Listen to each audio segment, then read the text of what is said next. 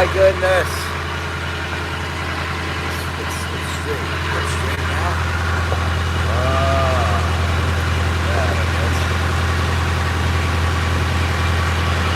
There we go. Woo!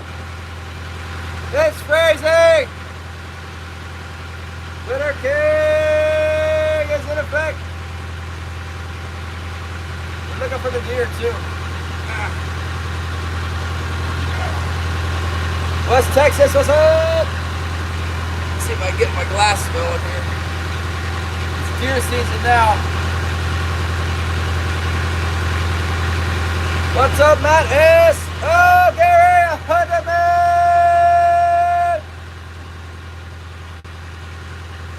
Hey, Gary, you want to go on the trip next year? Holly's not going. I got an open spot. Why don't you book the trip?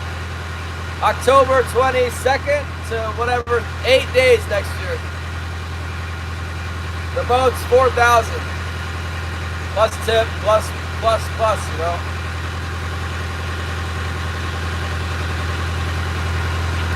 Well, why don't you book it? Because you can't get on that boat. It's booked, it's full. But because some people canceled this year, I got the spot for me and Holly. And now I hold the spot, but only for another, well, 3 weeks, I guess. I'm supposed to let them know within 2 weeks, let them know if I'm going to fill the spot, and then the deposit has to be made within 4 weeks. So I'm mailing my check tonight or tomorrow morning.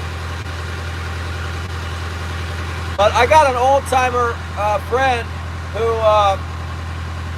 he can't go because he's too old now. He's 82 years old and he can't be away from the hospital.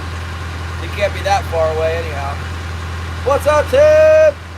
Holly, Carolyn, Holly, Carolyn.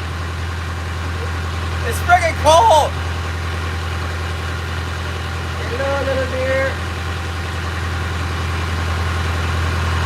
Yeah, well, the boat's booked.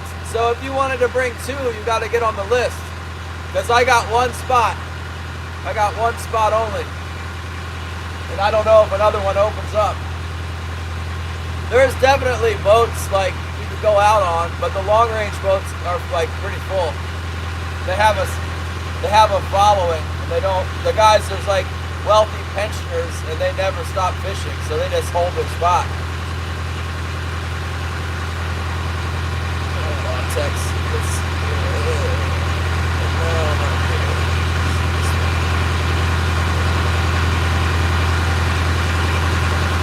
Hoping I can see a deer out here.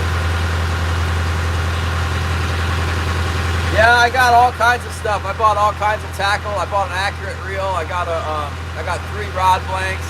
I bought I didn't even know how many rods I bought while I was down there. Then I turned around and sold 3 rods, including one that I brought down that was really nice, so that I could fit my rods into my rod tube. Sold them to a Navy kid for $400. 3 rods and a 10 fathom 15. Had a 10-day. Yeah, there's a 10-day before and after the trip I'm going on. 10 days probably better. Because that's why it was 7 days. It used to be 6 days, and they went to Guadalupe Island and Cedros Island on the 6th day, and then the Mexican government closed the Guadalupe and Cedros, so they went to 7 days, but 7 days is still not enough. I mean, it's 2 days traveling each way. So, I think I can see better. Can't really see it, but dang it. My windows are all foggy too.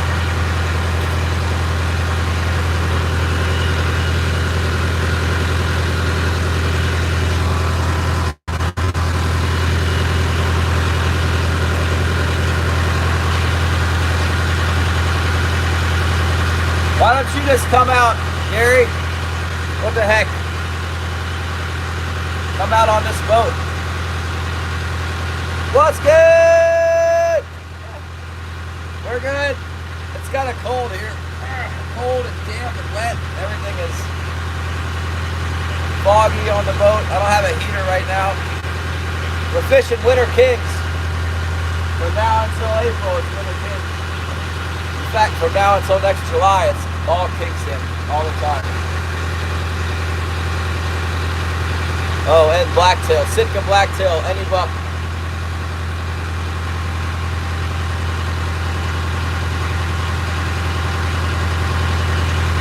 Any buck. I brought my call. I think I got my call on my neck. Where is it? Here it is. Good.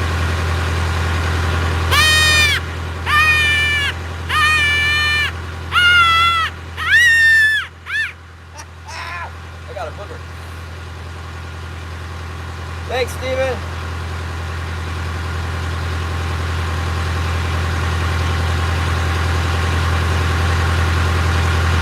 If you watch careful this time of year, you can catch them just walking down the beach.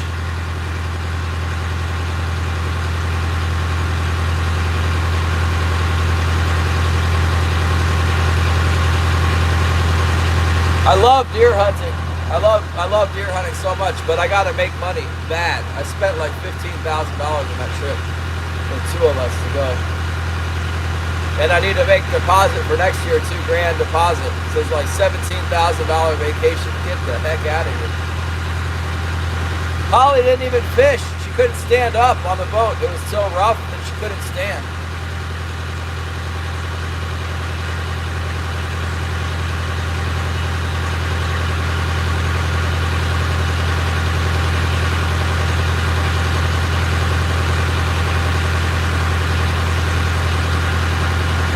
Hold on, I'll be right back.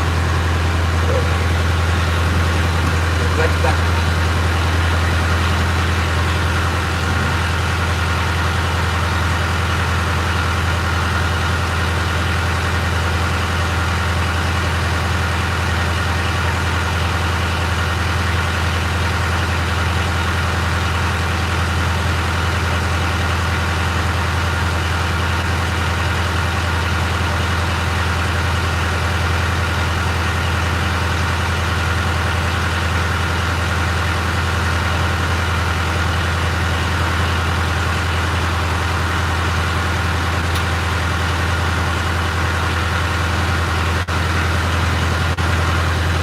Hopefully everything still works on the boat. I checked the oil was a little low and the transmission fluid was low, so I topped those off. Here we go.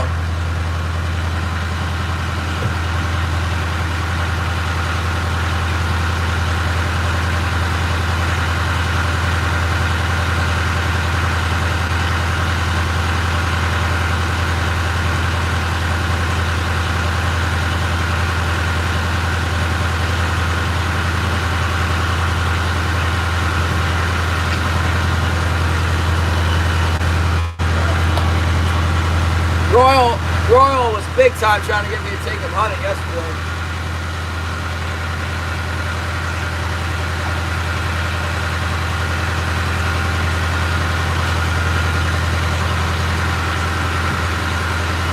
Here comes the skiff coming out behind me. Skiff. The deer hunting. Everyone was deer hunting. This whole thing. Killian was watching the boat for us. He did a good job watching the boat.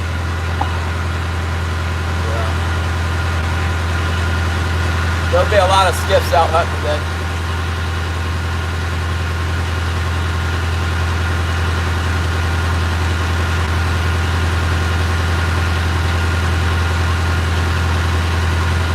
Anytime a deer can just walk right out. Shitty!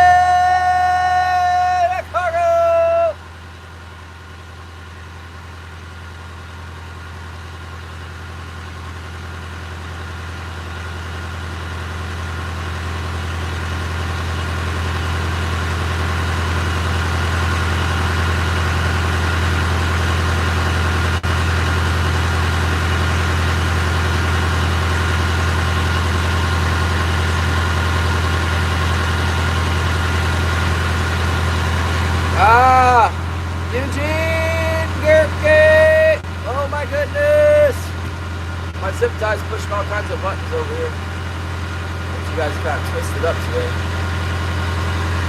You're in Maui? You want to go fishing next year on the 8-day trip, Shannon?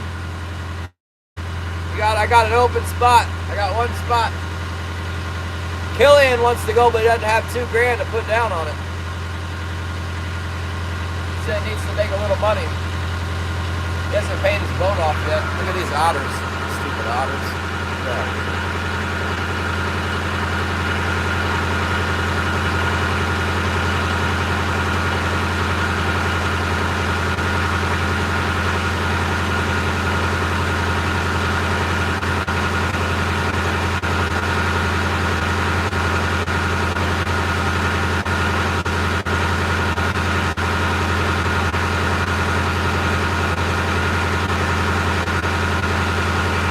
Not gonna kill any deer watching these otters. You need to watch the deer. Yeah, I got this straightened out. Great. Wants to go one way's wrong, the other way's wrong. Got that. Had it perfect before I left. It's all kinds of perfect. Zip ties on there perfect. Man.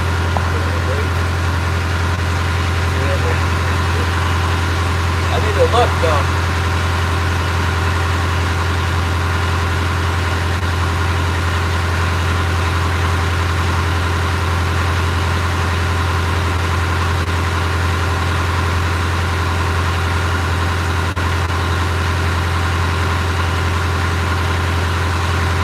Every time I've ever seen them before, they're just like totally obvious, walking right down the beach. I mean, no way you're gonna mistake them for anything else. Just properly. Oh my gracious!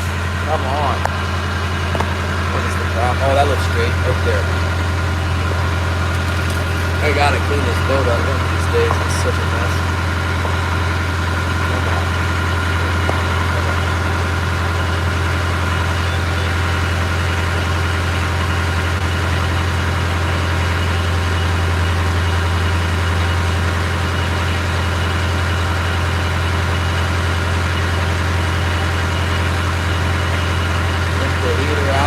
Bus, installed it in the cabin, 45-foot lobster boat, tapped in the freshwater side of the cooling system. Yeah, I got a red dot. My mechanic was telling me that we can install it. There's like some kind of a plug or something on it. Take a plug out of the engine block and then install the heater on it. Get her out of that shortly. Right now I just need to catch some fish, like pretty badly. Can't see out of that window, it's too foggy. The bonus is the deer hunt. It's kind of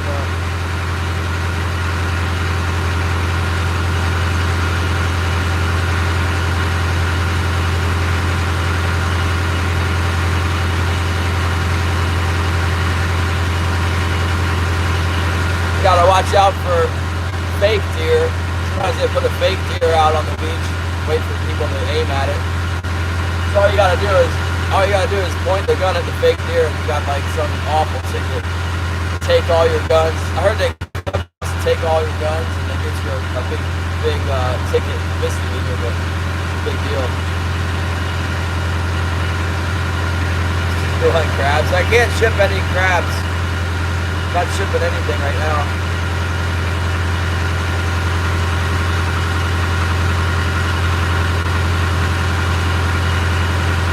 A little faster.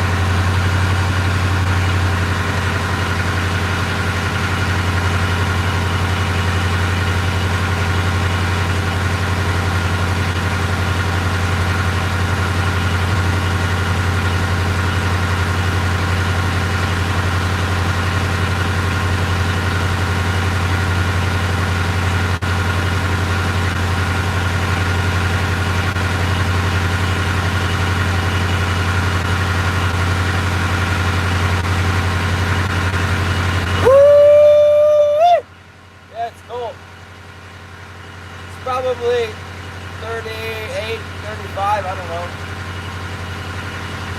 Not too cold.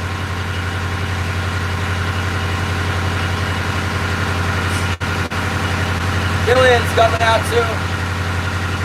Killian they haven't been catching up here in the channel, up the bay, so he's gonna go somewhere mid-bay or out to the bar. I'm gonna go up to the channel. I believe it when I see it that there's no fish there. I'm not gonna take somebody else's word for it that there's not fish. I need to go out there and not catch any myself. All right, Shannon. You don't want to come fishing for tuna, huh?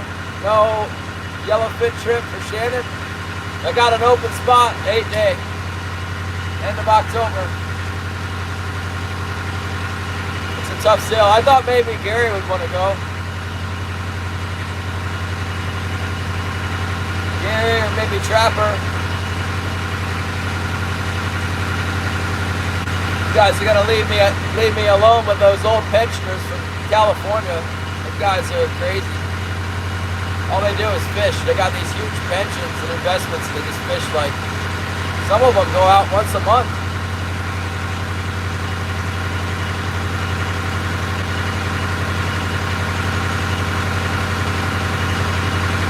There's a guy on there that had 1,000 reels. He had 1,000 offshore fishing reels in his collection.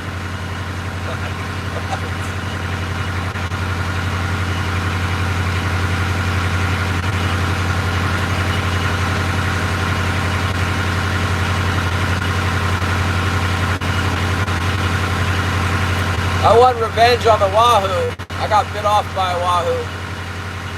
I got a 68-pound yellowfin on 50-pound fly line.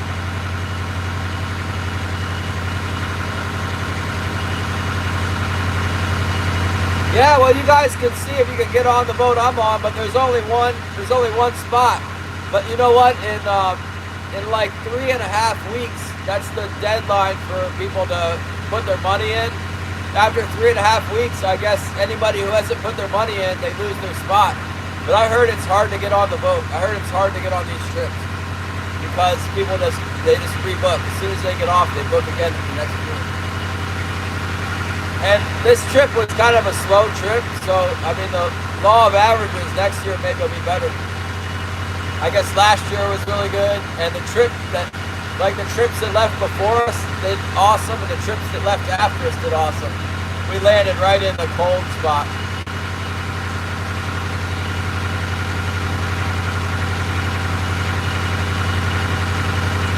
I still got 13 yellowfin, and I had no idea what I was doing. I sort of learned a little bit by the last day, but like the whole 3/4 of the first day, or maybe the whole first day, I was just kind of struggling with my equipment. I didn't know, like I didn't believe that they would really see the leader if it wasn't, you know, like 50 or 100 feet long, but they were seeing the leader and they weren't biting. So the next day, the guys, one of these old guys we were sitting with, lent me his gear. He lent me a 10 Macaira with a 50-pound fluorocarbon leader, like a 100-foot fluorocarbon leader. And yeah, that, as soon as I started using that, I started catching fish like crazy. Marines and Army Mom, hello! Pure Alaska, good morning!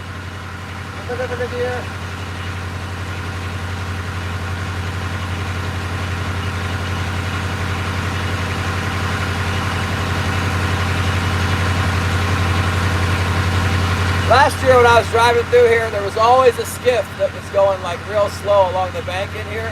And I saw some does in here, but I did not see any bucks. But I did see does over here in this one little cove.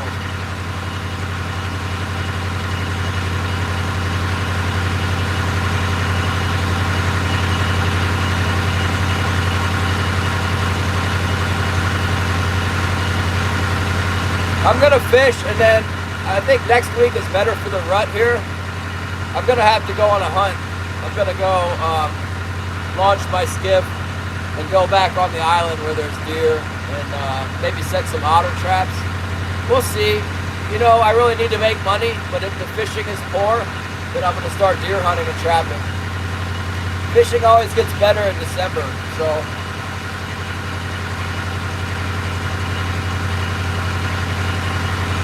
Kind of cold.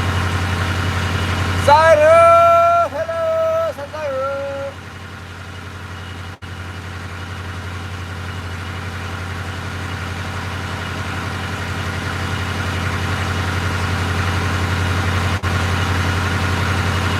I brought my 270. It's an old Remington 700 with a walnut stock. It's like, it's not the really good one where it's pre-64 or whatever, but it's a, I think I looked it up. It was like a 1980 something Remington 700, and I glass bedded it.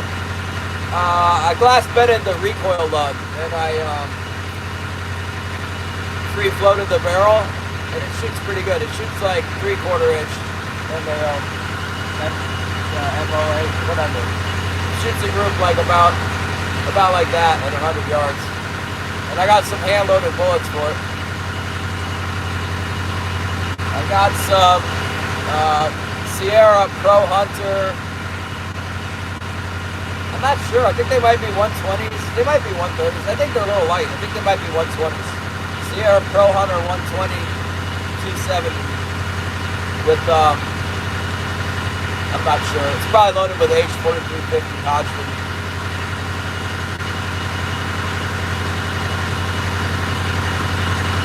Yeah, I really want to shoot a deer with my 6.5 Creedmoor, but the rifle's kind of fancy. I don't want it on the boat.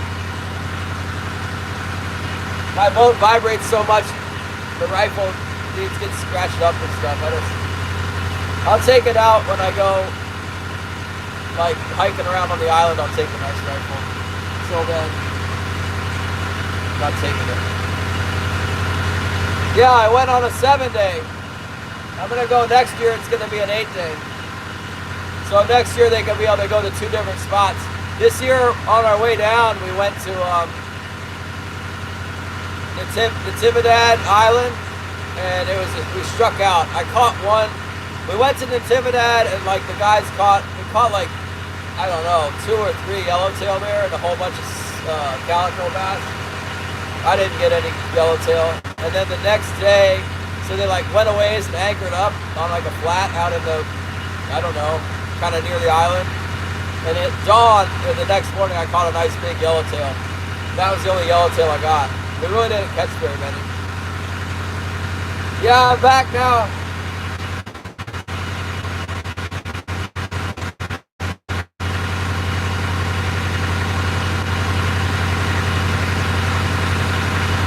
So the trip that left before us caught a whole bunch of Wahoo. I can't remember how many they had. They had like 60 Wahoo. And then the trip after us that was coming in, at the 10-day that came in after us had like 100 Wahoo. We just didn't hit them right. Like, apparently they come in schools, the Wahoo, and they're really bitey at first. And so the boat that hits them first catches them, and then they go on like they don't bite. So I guess we were on the don't bite stretch, and then another school came in for the next boats that went out. At least I got one.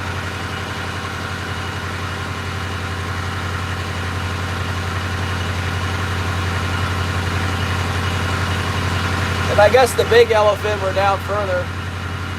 Yeah, it's 4,000 plus they want 20% tip for the crew.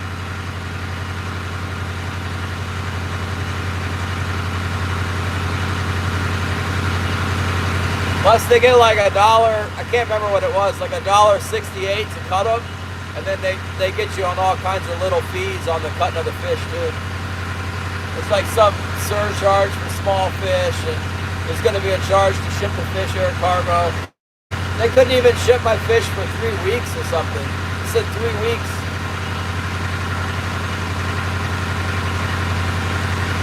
No, that's why it's like a really good deal, man. I mean, you're not gonna go fishing like that any other way for that kind of money. Like, go try and book a sport fisher out of Oregon Inlet, it's gonna be like $2,300 a day now. So I guess if you split it up, it's about $500 a day, plus tip. You know, plus tip, plus airfare, plus hotel, plus fish processing, plus, you know, whatever, tackle. I spent like $3 grand on tackle.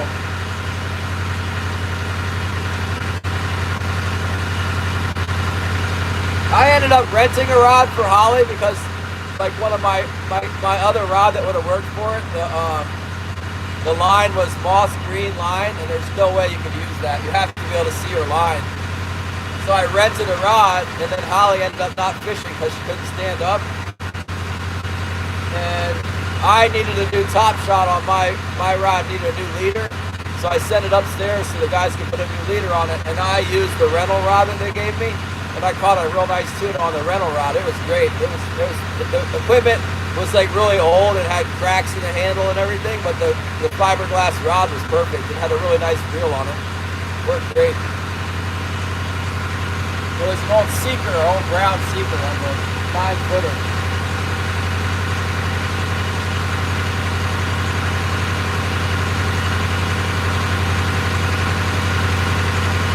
Make sure I don't run into that skip I always see over here.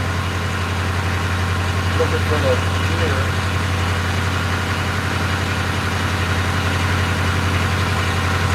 I've seen a deer over there before. Good morning, Bud Files.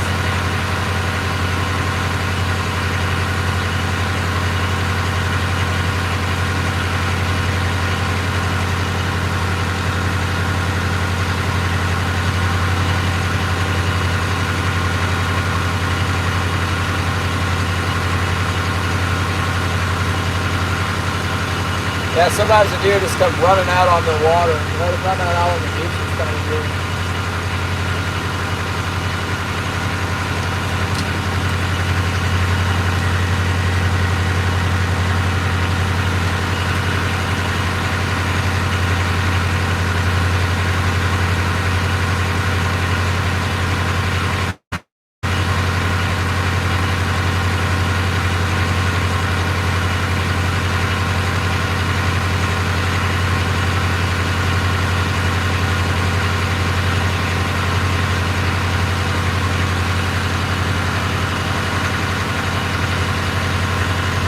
$10K, it depends where you're coming from.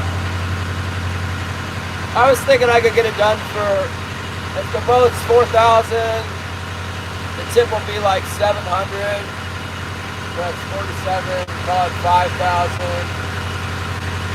My airfare is like 600, that's 5,600. Hotels would be like 400, so that's 6,000. Food and tackle will be another 500. Yeah, 65. I think I can do it for less than 7,000 on the shoestring, you know.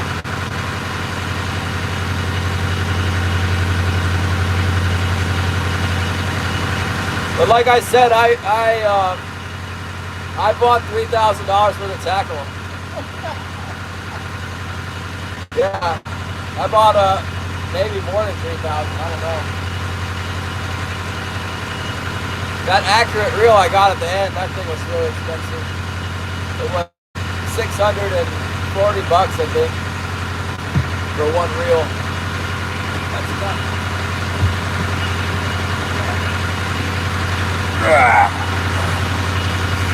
But it's so sweet, that reel, it's like butter. Pull the drag on it and run the drag lever while you pull on it. And it's so smooth, the drag and the lever for it and the handle. Like, ooh.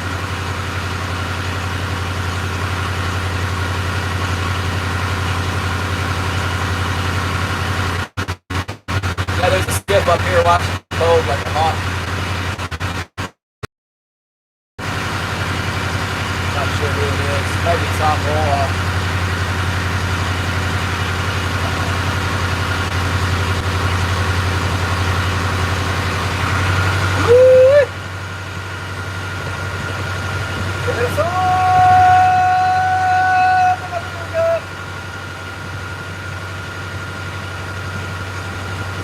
I should have my 300 Win Mag with me too. I guess if I saw something that was far away, I might use that. Not that I would ever shoot off the boat.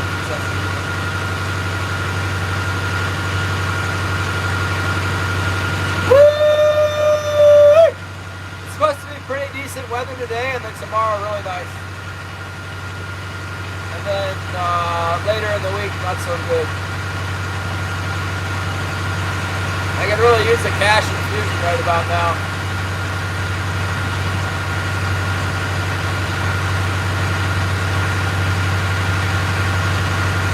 Like 29 thumbs up,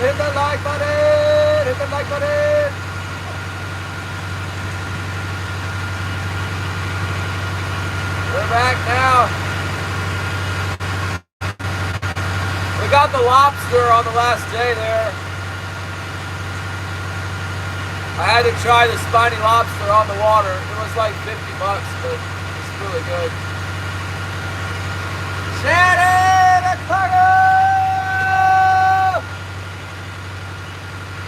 Shannon doesn't want to go sport fishing.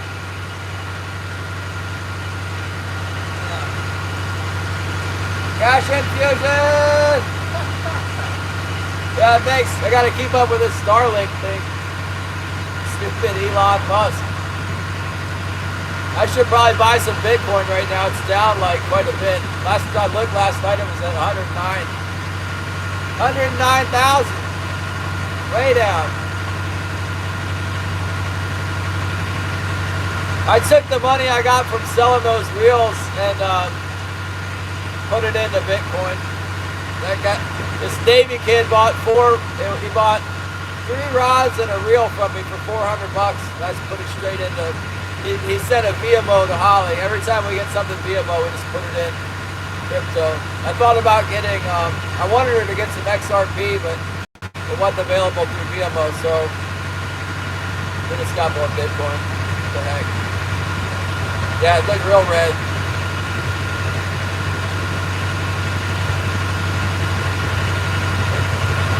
Major turmoil in the food stamps. 1 in 8 people are on welfare apparently, so they're fighting over feeding the poor.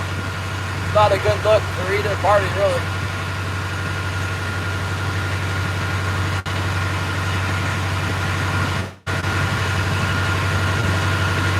Sunday mornings, hello, Cleveland, Ohio.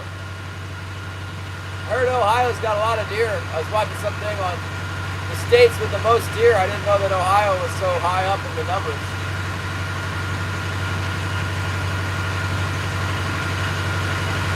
My state has not got the most deer, especially in my town. Very low deer numbers.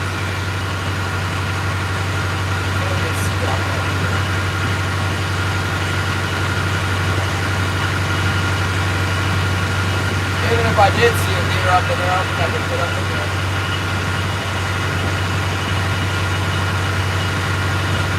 There'll be a lot of people deer hunting today because it's not raining. I think it's been raining. I heard it rained every single day I was gone except for 2 days.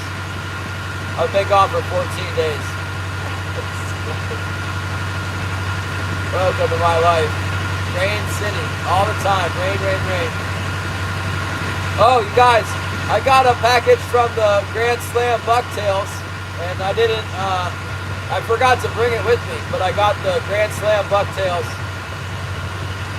And I asked the guy in the email, because the owner emailed me directly to tell me he was on vacation and he would ship my stuff later.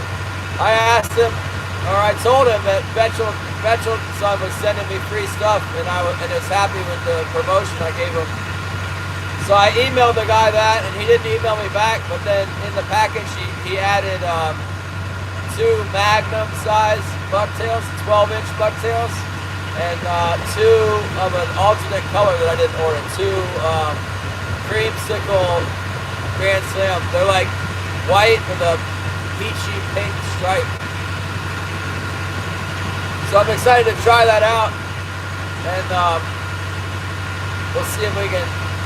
Definitely a great time to double down on crypto. Yeah, we'll see if we can get some promotion for the Grand Slam bucktail guy. One thing about those bucktails is they last. So whenever they bite, you know, it's like I'll always have them. I ordered $107 worth, and then the guy threw in 4 more. So I have like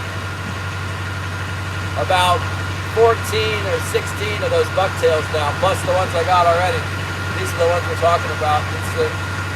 That's the Grand Slam bucktail right there.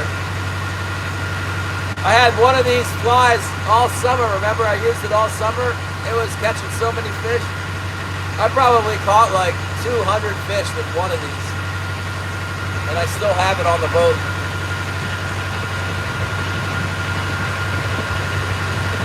Yeah. Yeah, one of these rich guys on that tuna trip I was just on was talking about XRP. He was thinking it's got room to grow a lot with the Swift system or whatever. I don't pay too much attention to it. In fact, I got sick of listening to the crypto guys, so I stopped watching all the crypto banter stuff. But I own quite a bit. That trip took down my finances quite a bit. I don't have a lot of money. That was a crazy expensive trip. I'm glad I got some Bitcoin in reserve, you know. I got the Bitcoin reserves. I got a little bit of gold in reserve. And I got some stocks too. I wish I had more capital to throw in, you know, while everything is in total turmoil. Guaranteed as soon as the government opens back up, everything will go right back to where it was. And more or higher.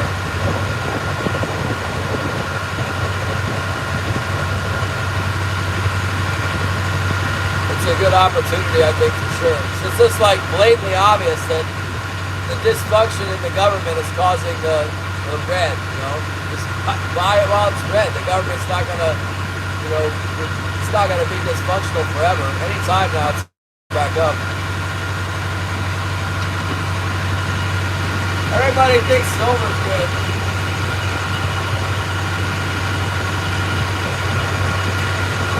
I don't have, you know what, I bought some silver a couple of years ago. And then when I went on my, not a lot, just like, you know, hundreds of dollars worth.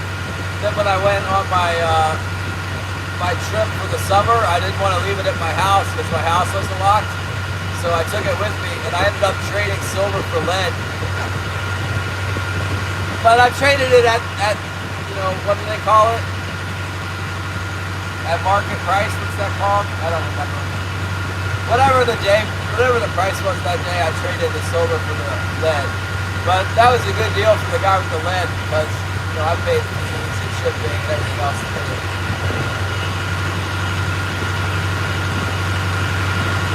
Eventually we're going to get to the fishing spot. Hopefully it'll be good. I'll tell you how long it is.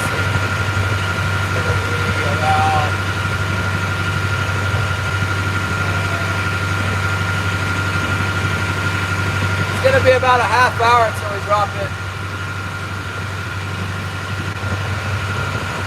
That's what we got. 1.5 hours until the hooks go down.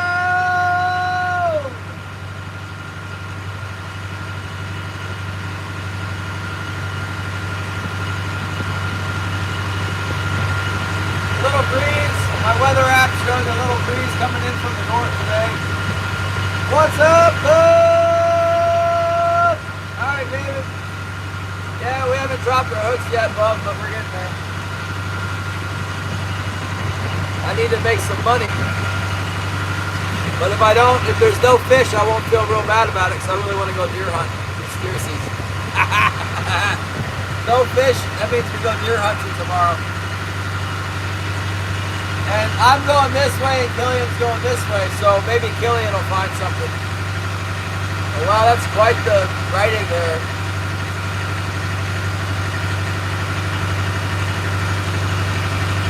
That's insane. I don't think it says anything. It's all nonsense.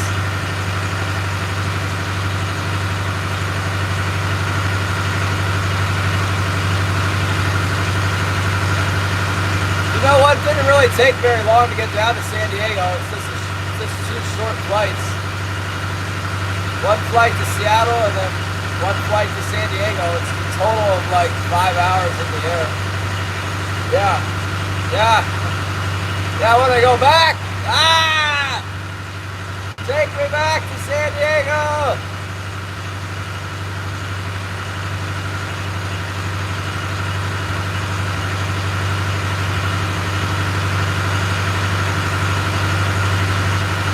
We gotta wait like 2.5, 3 weeks for our fish to come though, because for whatever reason there's a delay on the shipping.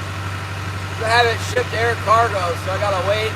I guess they wait till they have like a truckload of fish to take to the airport and take it all at once. They said it's gonna be 2 or 3 weeks.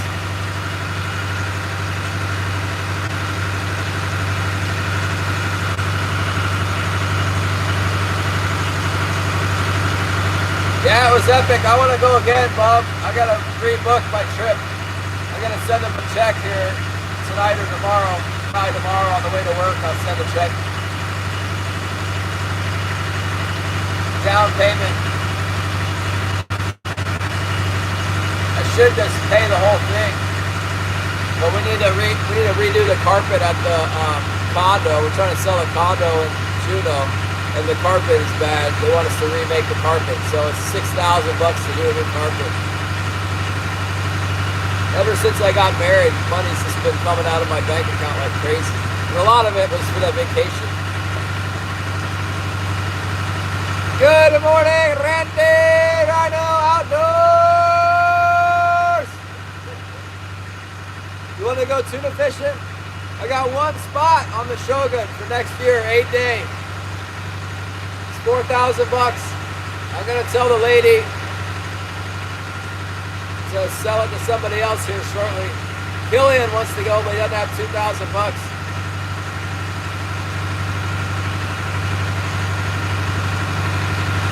Holly wasn't good at fishing on the offshore boat, and it's kind of technical. It's kind of like, you need to understand how a bait caster works, you know, like a conventional reel. You have to be able to operate a conventional reel like kind of on a high level, or you're going to have major trouble.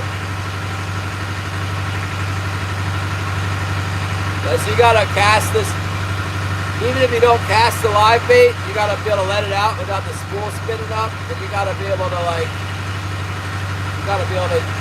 really one of the tricky parts is you got to be able to catch the minnow, catch the sardine, and like not smash it, and like get it corralled and hook it gently, and it's hard to hook them. If you don't hook them right, then they get all beat up. If you damage the fish in any way, it won't swim, and then you won't catch anything.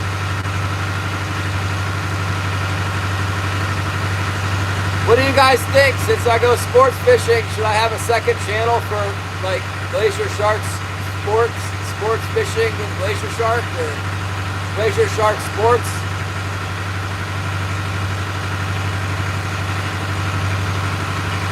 Do what? Another channel?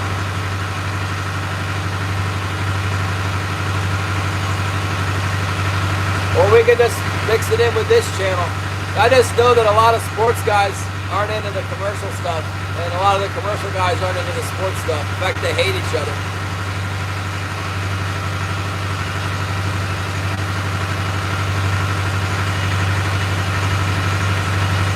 There's definitely some animosity between the two groups. I could use all this fancy equipment I got to catch halibut too. Honestly, if I had a sports channel, I could like, as if I ever had a day off, but I could take a day off and just go jigging for lingcod and halibut, you know. All this stuff for the long range boat will work great for halibut and lingcod. Not only that, but I could like set my long line and then anchor up and catch them commercially. Because I'm allowed to use the hook and line, and they don't care. Whatever they do, as long as they're not like some dynamite or whatever. It's the same paperwork you fill out if you put them in the boat with the rod and reel as it is if you use the long line. So hook and line. That's my understanding of it anyway. I always check, like triple check the regulations and look and make sure that everything I do is legit, especially for the halibut. But that's my understanding, is that you can do that. We definitely did it on the boat. When I first moved to Yakutat, I took a job with a guy to catch like, it was like 6,000 or 9,000 pounds of halibut. And we would set our long line and then go anchor up on the reef, and we'd catch like 200 or 300 pounds with the jigging and bait rods while we waited for the line to soak.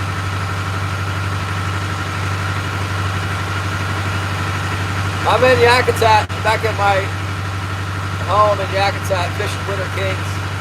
We're running out to the grounds now. Looks like we got good oil pressure, good temperature. The boat's starting to warm up in here. Window fog's starting to come off.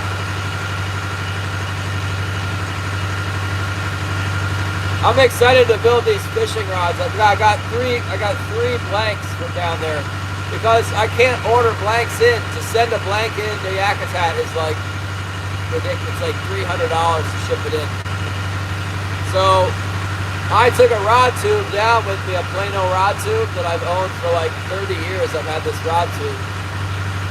I took a rod tube down. It cost me $150 for the oversized baggage.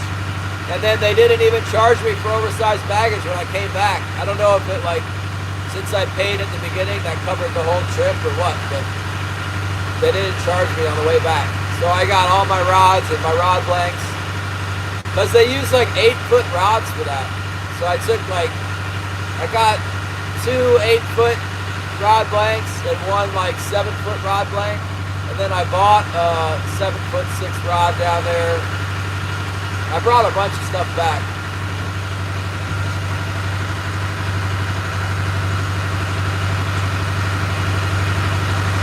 Daggone current is holding us back here.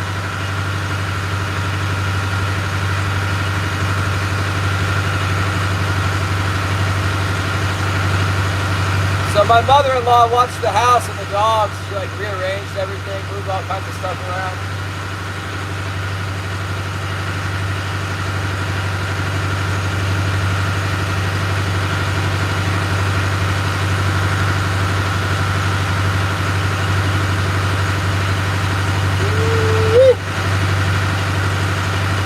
It's nice out today. It's partly sunny. Temperature's about 36 degrees. I don't know, 36, 40 degrees. It was 70, it was 80 while we were in San Diego, and then they were talking about it's a heat wave, and then it went down to like 70 on the last few days. You know, San Diego along the waterfront was really nice. Everything was like real ritzy, and the restaurants were all expensive. But really, it's okay since we're on vacation, you know. Not a big deal. I travel to the bait shops a lot, to the tackle shops.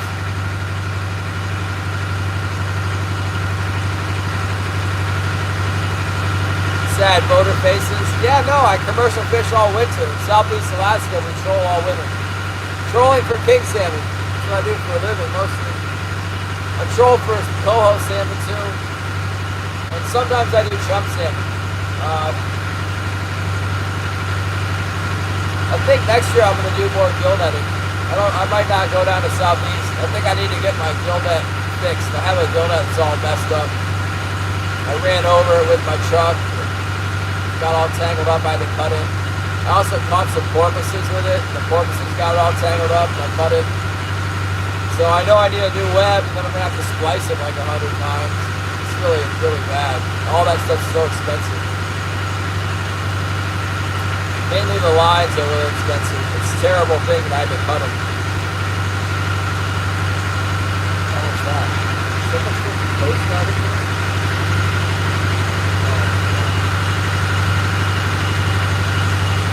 It is the Coast Guard. Probably get a ticket from the Coast Guard. I haven't done my boat registration for like October. Our DMV is closed. That really wouldn't be a big deal. They would just send me in. They'd come over here and be like, what do you mean you got boat registration? Go back to the dock. Yes, sir. I'd be like, what are you doing in October? In November? Go home. Get out of here. Don't pull me over. I bet they got nothing else to do. Oh my goodness. I know why they're here. Because there was a big boat that broke down. So the Coast Guard cutter went and picked them up to tow them. And then the cutter's engine had a problem, so they had to cut them loose. So they're just sitting over there with engine problems right now.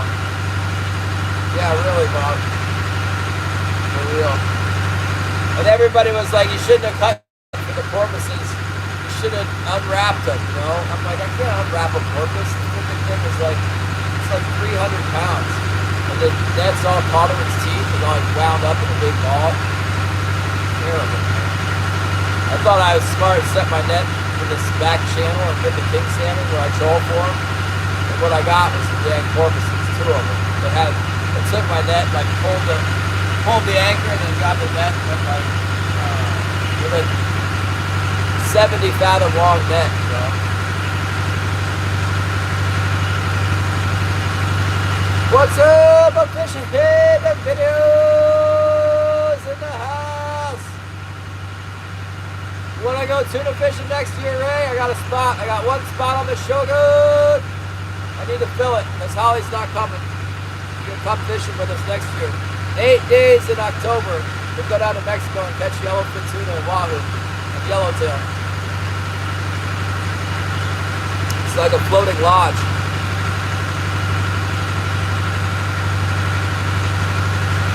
Yeah, I heard that porpoise is good. Back east, the longliner told me they have nice fed meat. That's what he told me. I wouldn't know. And you're supposed to like do all this reporting on them and stuff. I guess I should qualify this with like probably glacier shark stories. You know, not everything's true. I sometimes, what's the word, embellish a little bit.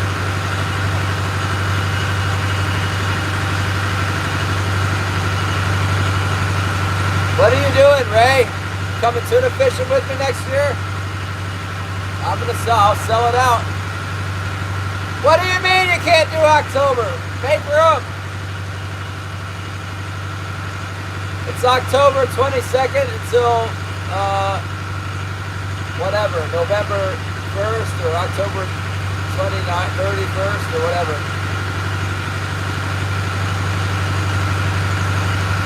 Oh yeah. I wonder if it's the same kind of porpoise. They look kind of like a mini killer whale or something. They got a fin that sticks straight up, and they're kind of gray-black on the back, and then they're like white on the bottom. I'm not sure which one. Doll's porpoise, maybe? Doll? They got little teeth like, they look like the tips of skewers. They're like little pointy teeth like this long, all the way down.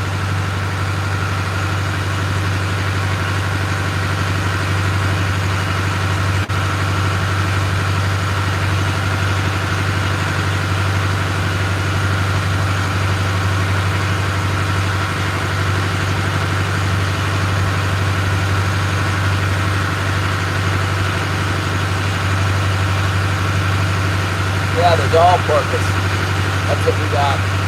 They got them down in southeast too, but not as many. They're always in big groups down there. I think they must get caught in the seine net a lot. We really don't have very many nets here, so they're abundant.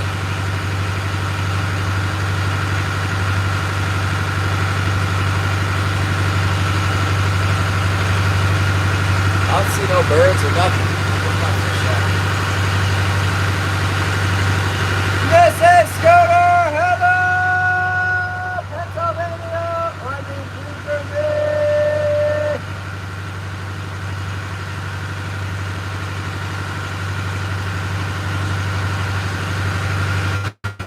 Any migratory king salmon around here? Thanks, Scooter!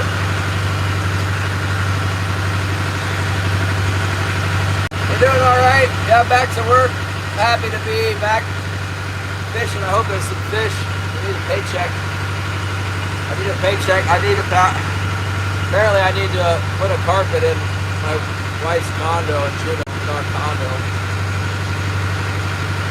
What'd you buy? Willie's Desert Hangout. What's up, Arizona? Very hot and dry in Arizona. I want to get one of those javelina pigs you guys got down there. I'll be right back.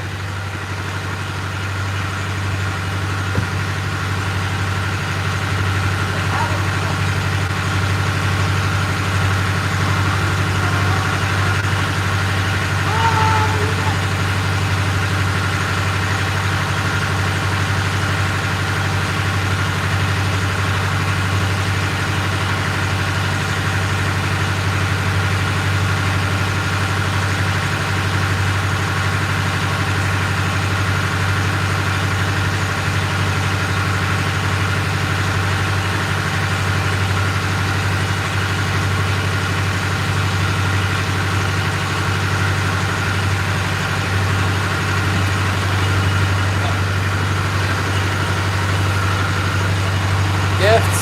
Oh yeah. I'm not good at gifts. We bought a bunch of candy in San Diego though. We did a bunch of candy. Looks like you guys got a little fog under there. What makes all that dust? Marshalls and Aldi. Never even heard of Aldi. I'm waiting for, I need to buy some fluorocarbon leader for next year, but I'm waiting for a sale. See if there's a sale on it in Black Friday. I probably should have bought some from the Fisherman's Landing in San Diego. They're having a sale, like a tent sale. They had the leader material. It was like buy one get one free, and then I'm looking at the price on the spool, and it's like $47 for 25 yards of 50-pound test. And I'm thinking, like, it seems like an awful lot. And then I got home and looked up on the internet, and they're like, no, that's about what it costs. I could have got it for half off.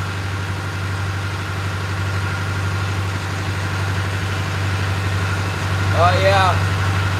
I need to get some more wild mushrooms here before it starts freezing and they'll stop growing.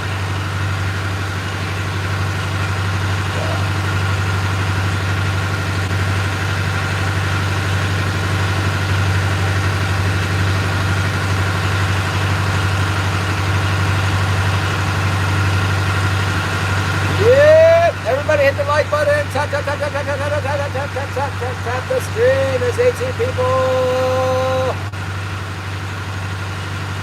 We're going to drop our hooks in pretty soon. Killian is texting me. I think that's the Coast Guard. My boat's bad, but Killian is like, he's missing a lot of stuff, I bet. Let me text Killian back. Text him back, right? I'll be right back. Hold on. You guys back?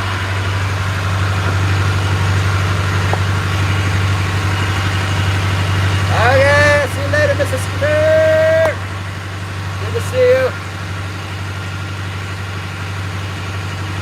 I saw Scooter was live last night doing like some catfish fishing. Gillian wants to know what the Coast Guard's doing. Tell them they're broke down. I gotta tell them they're broke down, they're bored, and we're gonna pull them over for sure. Hold on, let me go tell Killian. That's hard to believe. You gotta tell Killian they're broken down. He says they're moving. That's good. I was thinking, move on out, get out of here. I only want to see the Coast Guard if I'm sinking or sunk, you know, or got my arm cut off or something. Then I want to. But if I'm not having any trouble, it's like, get out of here! Go somewhere else!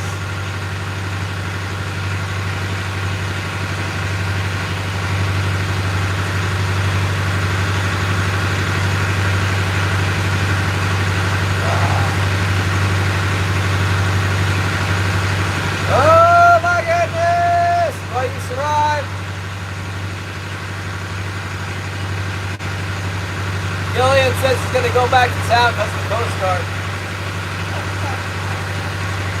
They're probably running that cutter right at him. It's like 150 foot, or I don't even know. Let's say it's 300 feet long. It goes 25 knots within here, and they're probably pointed right at Gillian.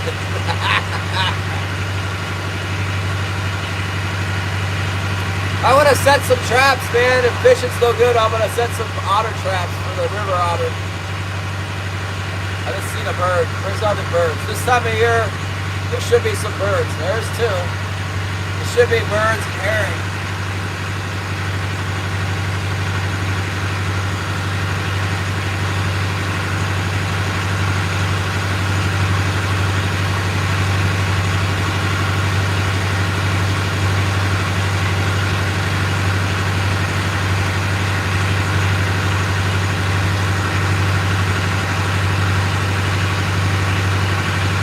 Not seeing much. We got a ways to go yet. Hello, Susie, Patrick,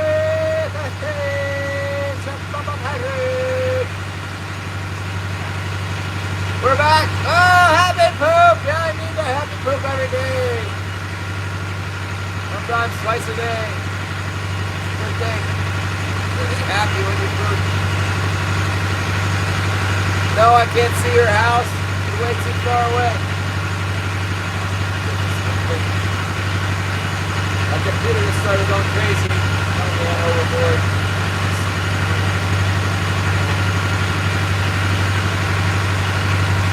The boat needs to dry out. It's been sitting here in the pouring rain for 2 weeks.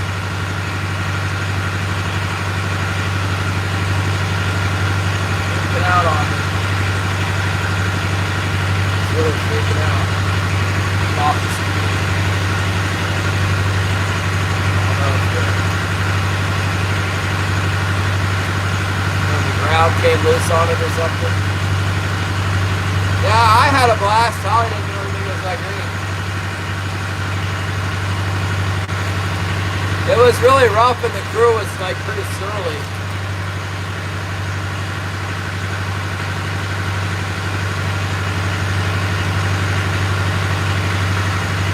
The crew wasn't very accommodating. I don't know if they thought that I wasn't going to tip because I wasn't a multi-millionaire or what the problem was, but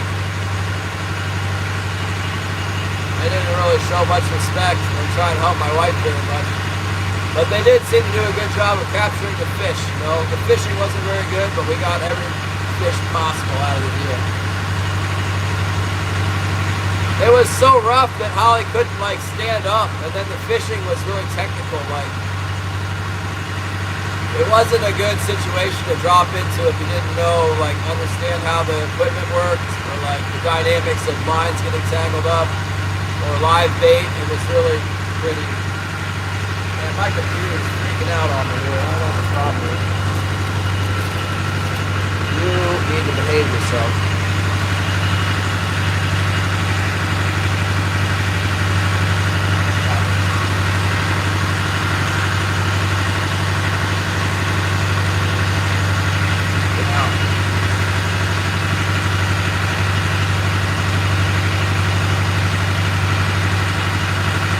November, nowadays I'm playing smart. Yeah, you gotta not crash the sled and break your teeth out and get knocked out for 6 hours. It's like practical, that doesn't happen.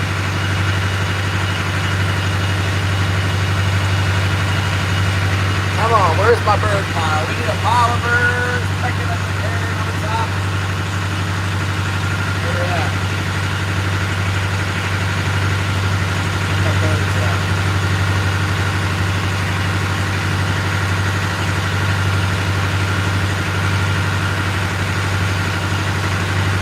Patrick!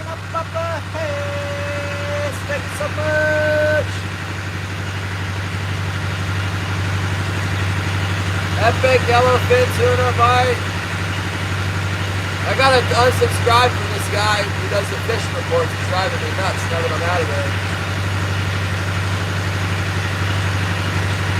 All the post office, what happened with the package? Spread shop of my canvas and merchandise. Did you order a canvas from Google? Because I was ordering something for Karen, pictures of Wilson. I saw the canvas like option. It was quite expensive, but it looked very nice.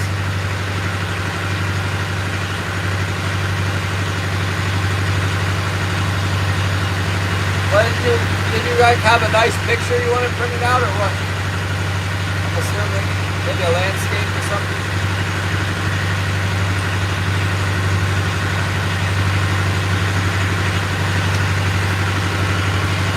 Okay. Yeah, we're back on the water now. No live stream from the vacation, but we're streaming now. Let's see if our hydraulics will work.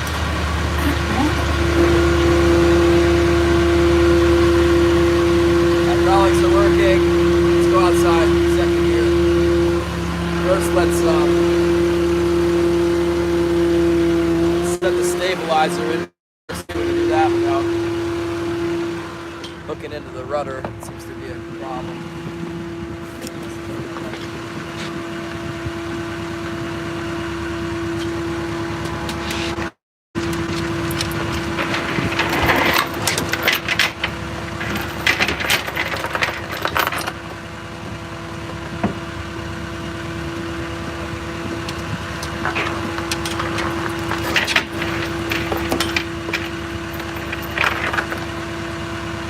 Yeah!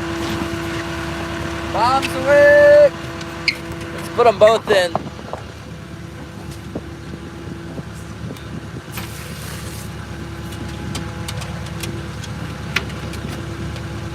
Seems like the boat fishes better with them both in. I don't know why.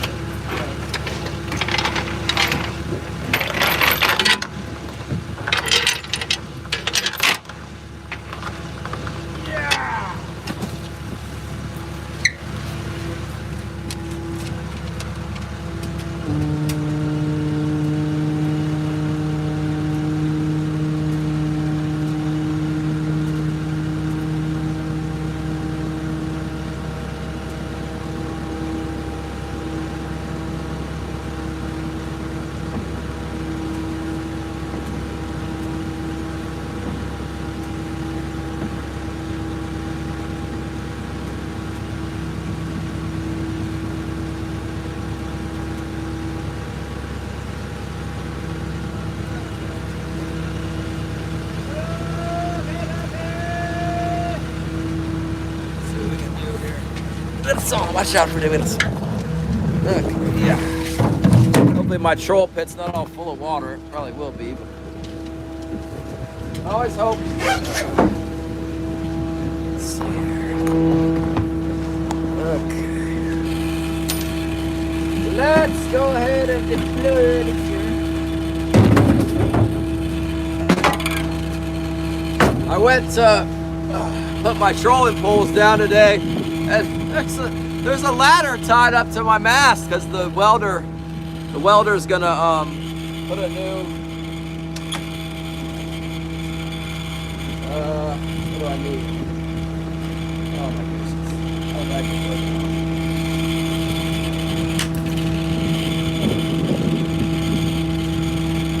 No, it's been happening off the back of my boat while I've been out of town.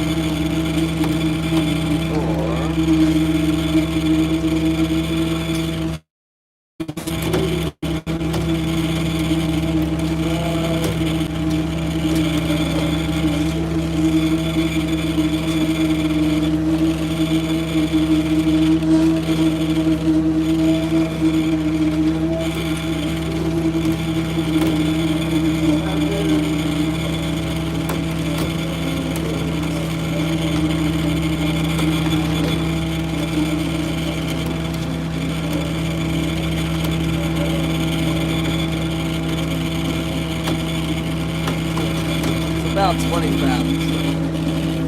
20 fathoms being 120 feet. King salmon season, that's what it is. It's all king. Kind of looks like we're getting a bite right now. It's kings, exclusively kings between now and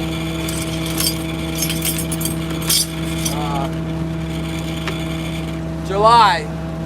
It's all king salmon. Winter kings, then we have spring kings.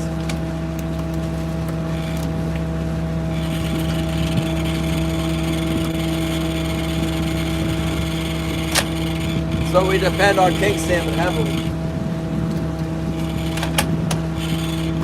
Yeah, that's what we're fishing for.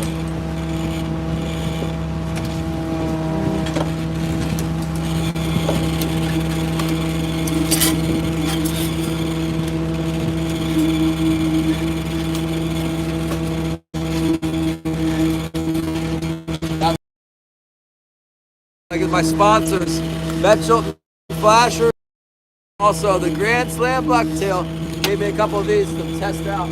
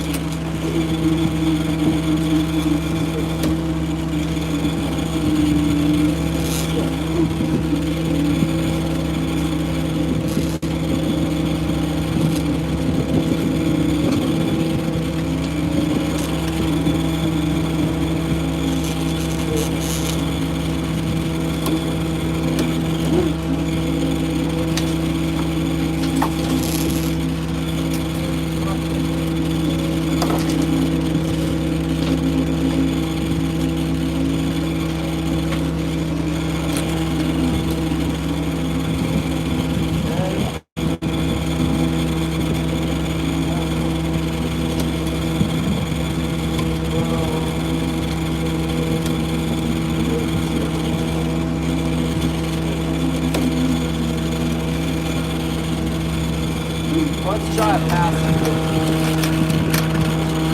Try shallower to start. Made 10 30-pound kings hit all in one run. Yeah. I'll be happy with a 12-pounder. Let's go for 12 pounds here to start us off here.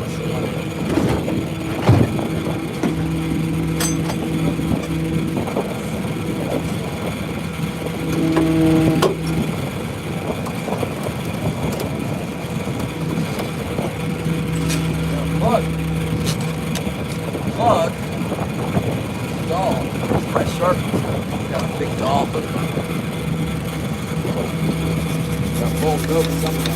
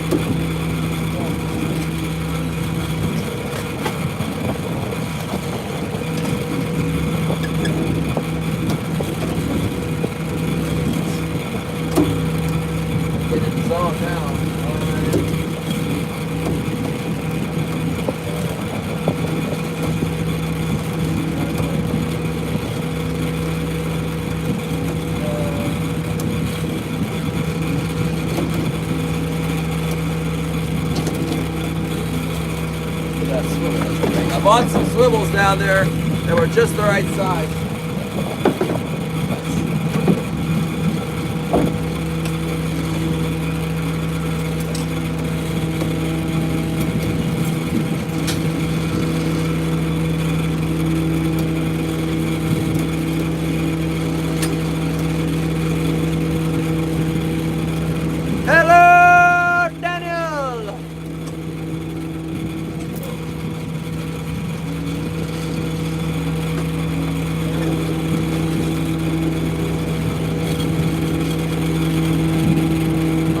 Hooks down.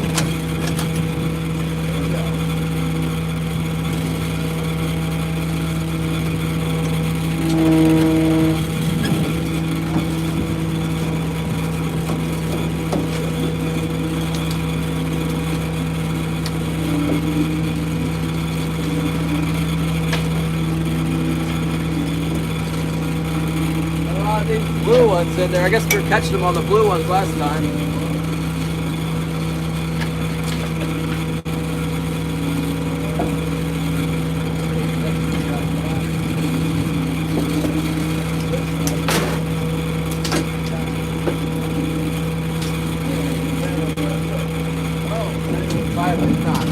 Better without a knot. Yeah, I always found the leader's a little bit stronger without an overhead knot.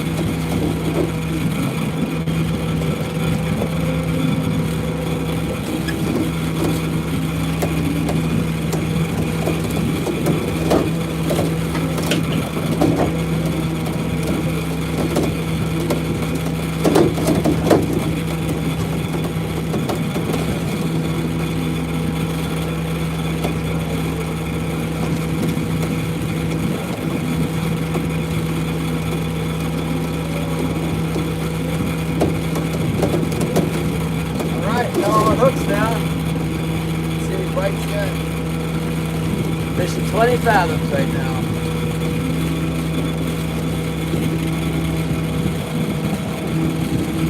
Yeah, 20 fathoms out. Let's see what we can do. Hush them.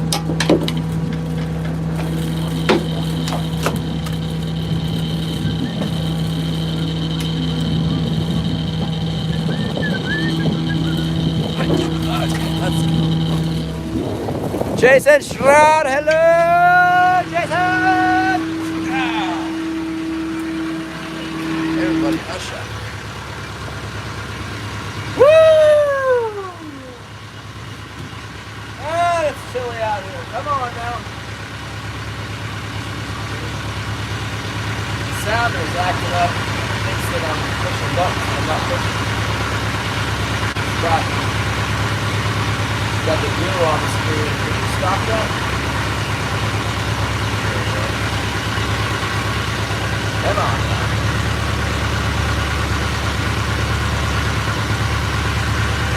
Well, we just got our hooks down. I just put my hooks down and sat down in the chair, and we're gonna see what happens. Not in San Diego anymore. Back home at work. Not seeing a big, huge fish attack yet. Don't see much anything out there. My shark bottom's freaking out on me. Okay, I see some birds. That's good. Real good. Getting ready to turn this shark bottom on and off because it's freaking out so bad.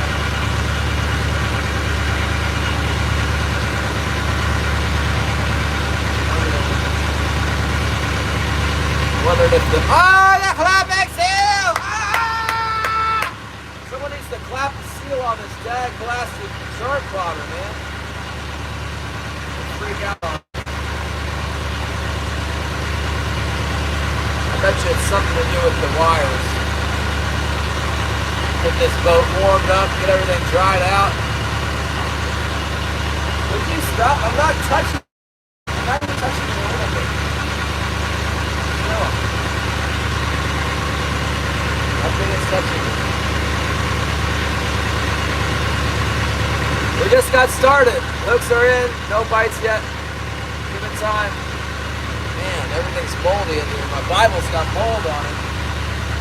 Get that fixed.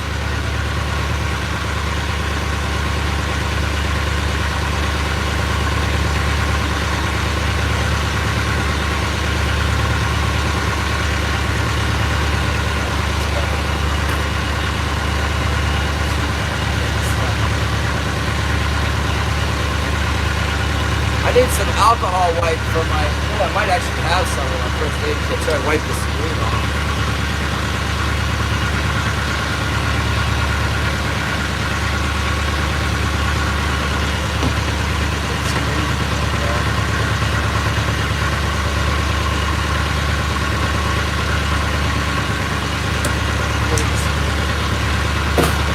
Look at the ground. I don't know why it's got such a bad attitude.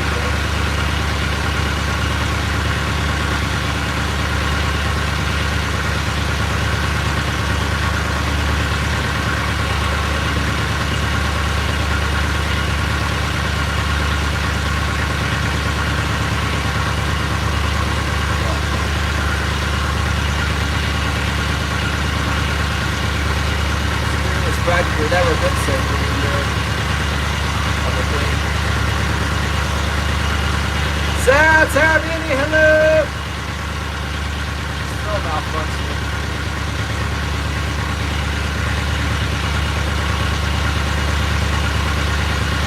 I think I might get on a straightaway and just go for it, but... Oh! Get bigger shit!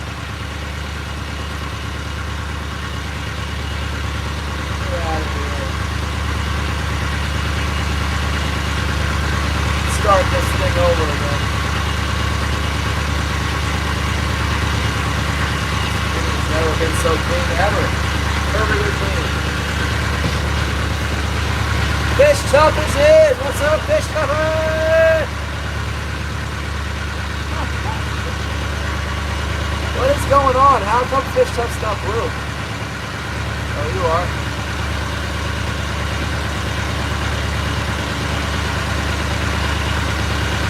We're on the boat. Cleaning the screen on my computer because it was freaking out. Oh look, there's the rainbow. See it? Got a rainbow. Maybe that's where the salmon will be, right there. Give us a little salmon action.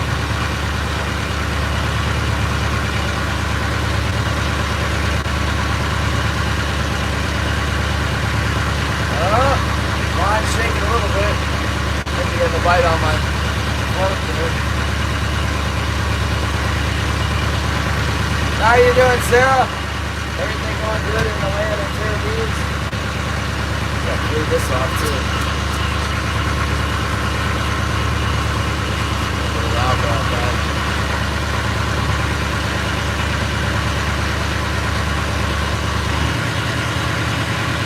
I hope it's not a whole bunch of those little tiny king salmon around here. Jason's been hiding. Oh, I just seen him on my live. I just seen him. Yeah, Killian hasn't done much.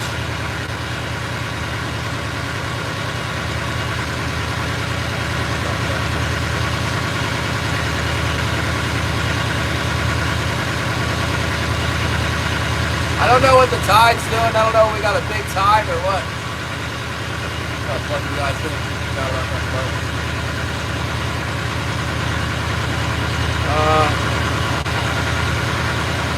Oh my gracious.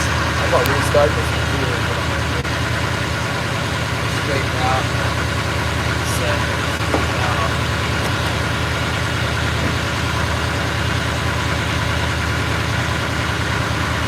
I think I got a shaker on my float down here. Let's try restarting our main chart moderator. It's having issues. Probably got a bad connection or something. I think if the ground, the shielded ground isn't hooked up right, it'll freak out. The screen will freak out.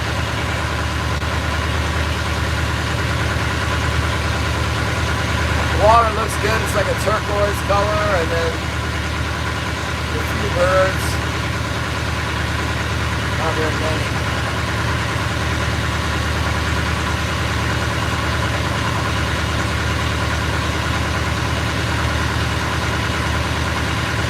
Rod Wilson, what's up?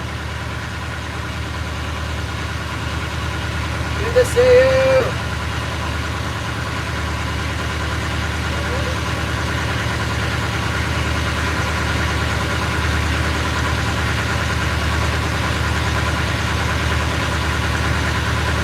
Sending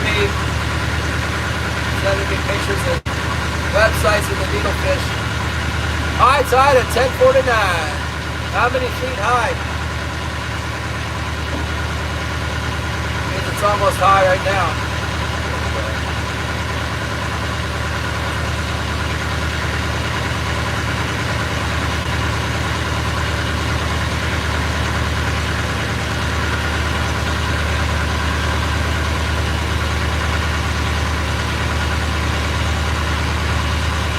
Reeds and Armin Mom. The mail. Wish I had more coffee. Yeah, I do have some coffee.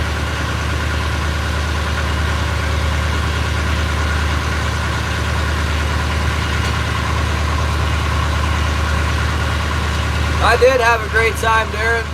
And the big one got away. I lost a big mahi and a big tuna on the trip. And I had a big wahoo bite. Well, I don't know how big, but some kind of wahoo bit me off. Bit my live fish right off.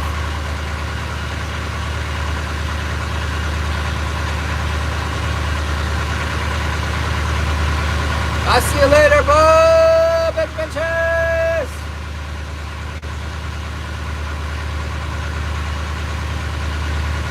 We're trolling now. I guess the price is still $9. It's a pretty good price.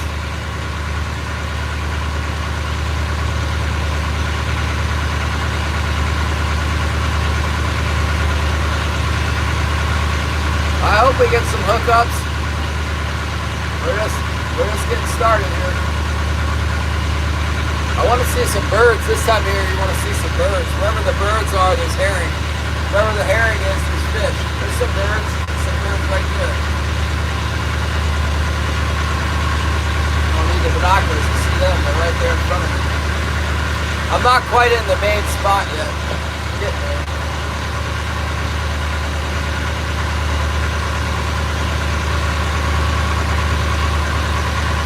I am seeing the birds. It looks good.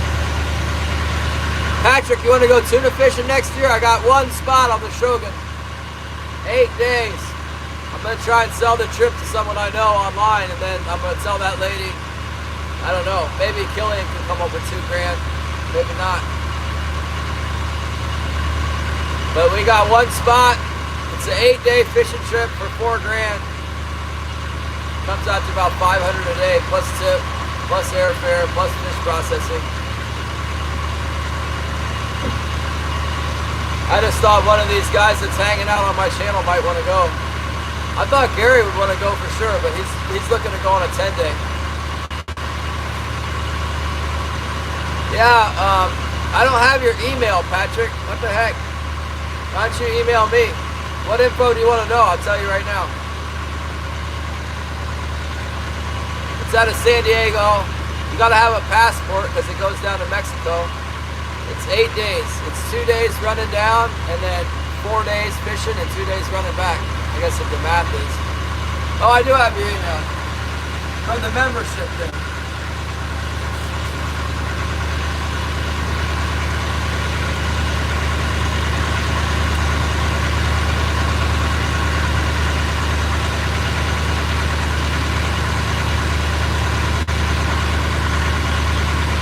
Holly has it. Looking good up here.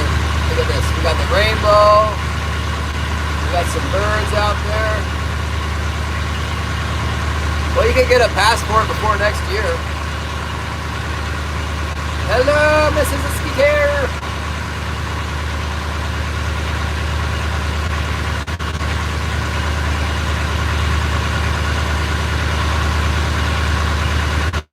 Fly? What do you mean? Drive over there then. Where do you live at? You want to drive to San Diego? Terry! Terry, Holly's not going next year. You want to come on the Shogun? I got a spot. I got one spot to fill on the Shogun. You'd get along great with all those old pensioners.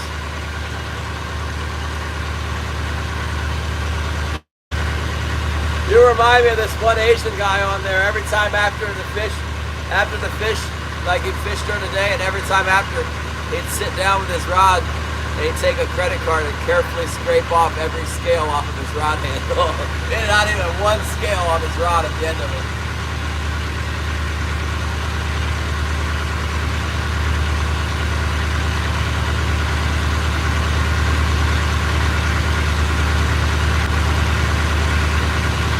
Yeah, I'd like to bring Killian, but he doesn't have the money for it right now. They need the money. They need the money in the next 3 weeks. They got to have the money for the deposit or the spot. There's a wait list. There's a wait list on that boat.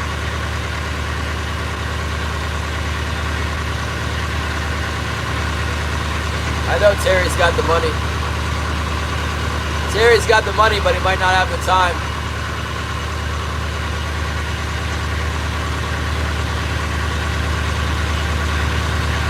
He might not want to go. Go fishing with me. Could you imagine sharing a bunk room with me, Terry? I'd have all the fishing hooks and lines just everywhere, you know? Just up all over the place. Terry would probably have a heart attack. You could tell the lady, don't put me in the same bunk room as Devin. Look at his mess would touch my stuff.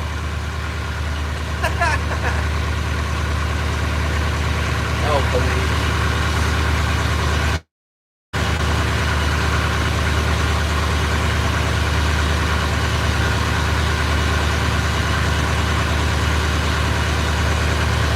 Yeah, Terry's young compared to the guys on these boats. They could keel over any time and open up a spot. That must be how the spot opened that I got. I tried asking the guys, I was like, well, whose spot did I get? They didn't remember. It must not have been a memorable person. Or maybe there's like a free floating couple spots. But the guys on that boat go fishing all the time. Hey, you want to go, JK? Why don't you chuck down $2 grand and come out next year? Oh, there's a little pod of birds over there. That's looking good. They working? They're working. That's good. Little group of gulls. We're getting near the spot now. Feet starting to thicken up. I'm navigating on the GLACIER SHARK.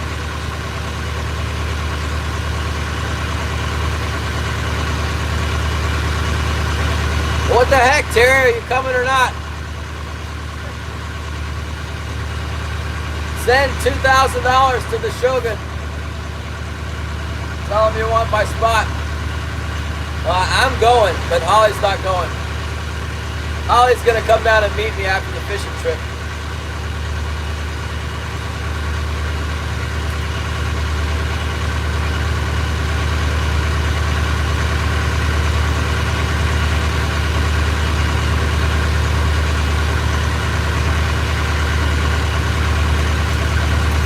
There's an airboat. What the heck? Is that in Louisiana? You could drive to California from Louisiana, but it'd take a long time.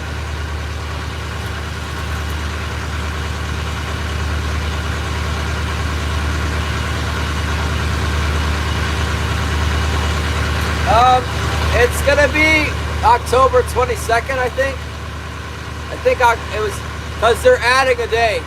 They used to go to Guadalupe Island and Cedros Island, but the Mexican government has those closed. So they need another day. They made it a 7-day, and it's still not long enough because you got to go all the way to Alejos Rocks. And then if it's not good at Alejos Rocks, on a 7-day trip, there's no time to do anything else. So it's 8 days next year. So if Alejos isn't hitting, they go to the ridge, or maybe go straight to the ridge. It's the 20, I think it'll be the depart on the 22nd. And then it'll return 8 days later. It's a 2-day run down and a 2-day run back. And they fish a little bit on the way down and the way back. But they said they were like talking about maybe we should just run straight down, but the report wasn't clear. Like there was no clear report between the ridge is more inshore and the Alejos Rocks further out. So he couldn't decide where to go. And he went kind of like down the middle, and we went into the Tividat Island and fished for yellowtail, but we just missed. It wasn't good. It wasn't even worth going in there. So we kind of wasted like half a day messing around with the yellowtail that weren't even there.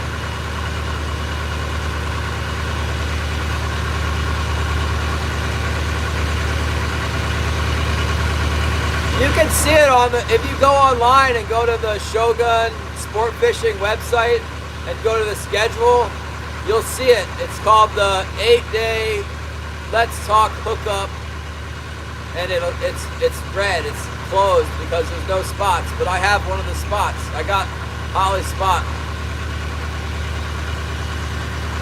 I was gonna go with my old friend Pete Grimm, but Pete Grimm's wife won't let him go because he's so old that he needs to be near a hospital.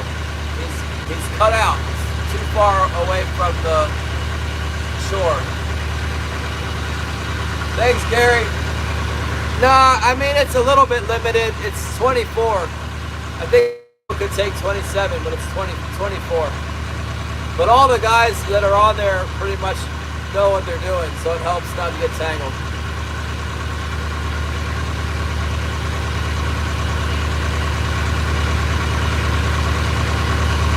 Still haven't got any. Oh, there's a bite. First shaker's on.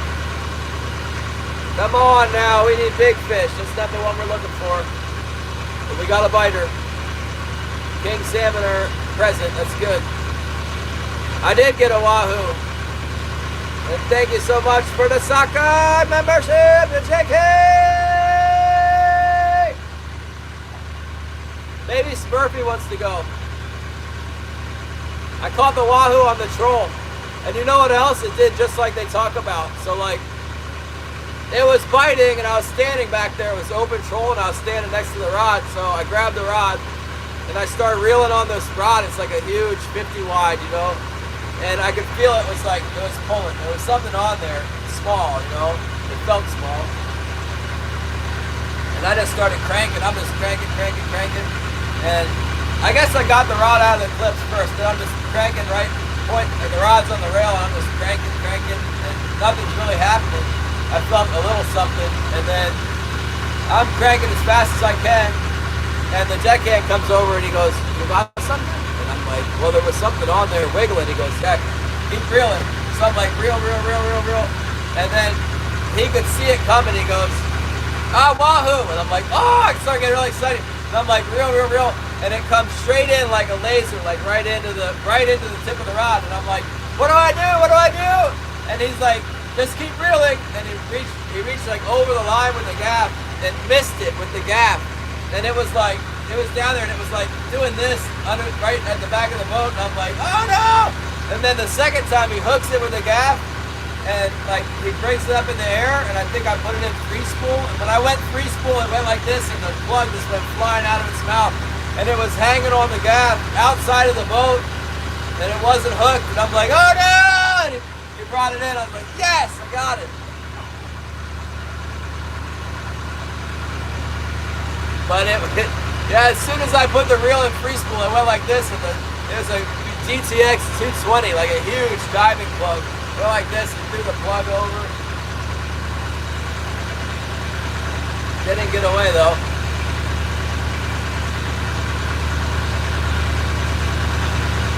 Marines and Army Mom at Mrs. Skater. That wasn't me that did a 7-hour live stream.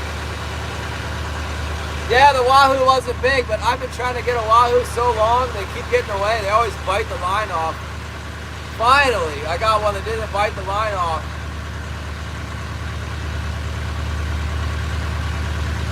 Some other guys, one guy caught one on the fly line with the circle hook and just got it in the corner of the mouth. And a guy got one on the kite, and then there was like 2 or 3 more caught on the troll. That was it. But like the boat before us had 90, and then the boat after us had like 100 and some. So we just missed them. Just missed them. And when I say the boat before us, I mean like the same boat.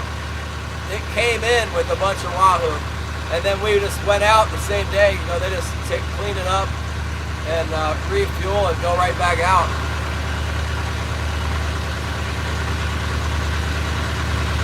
Big Bass Nation, what's up?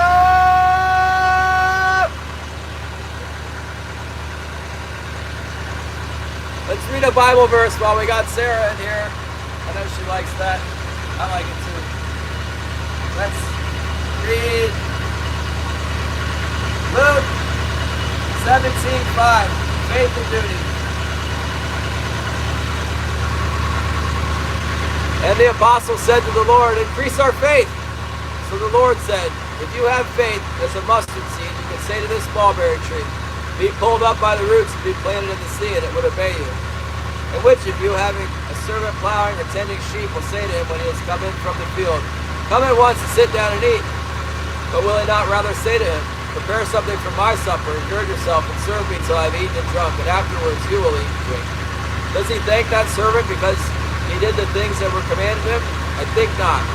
So likewise you, when you have done all those things which you are commanded, say, we are unprofitable servants. We have done what was our duty to do. Amen.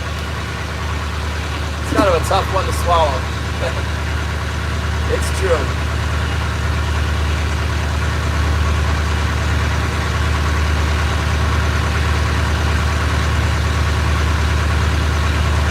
You were talking to my buddy's friends over that morning before your trip. He was on the 10-day before your trip. Oh! He was on the Shogun 10-day? Feet's looking pretty good in here. Or he was on the, there was I think it was maybe the Independence or the Intrepid. When we got to Lejos Rocks, there was a boat sitting there, and in the morning they were gone, and it was just us. And then like the second day we were there, or the third day, um, 3 more boats pulled up. And like when the first boat pulled up, I was asking the deckhand, I'm like, does it mess it up for us? Is it like, do they come in and take all the fish? He's like, no. But when 3 boats come, that's bad. And 3 boats did. There was 3 boats all sitting right on the same anchor spot. And it was bad. That didn't help us out at all.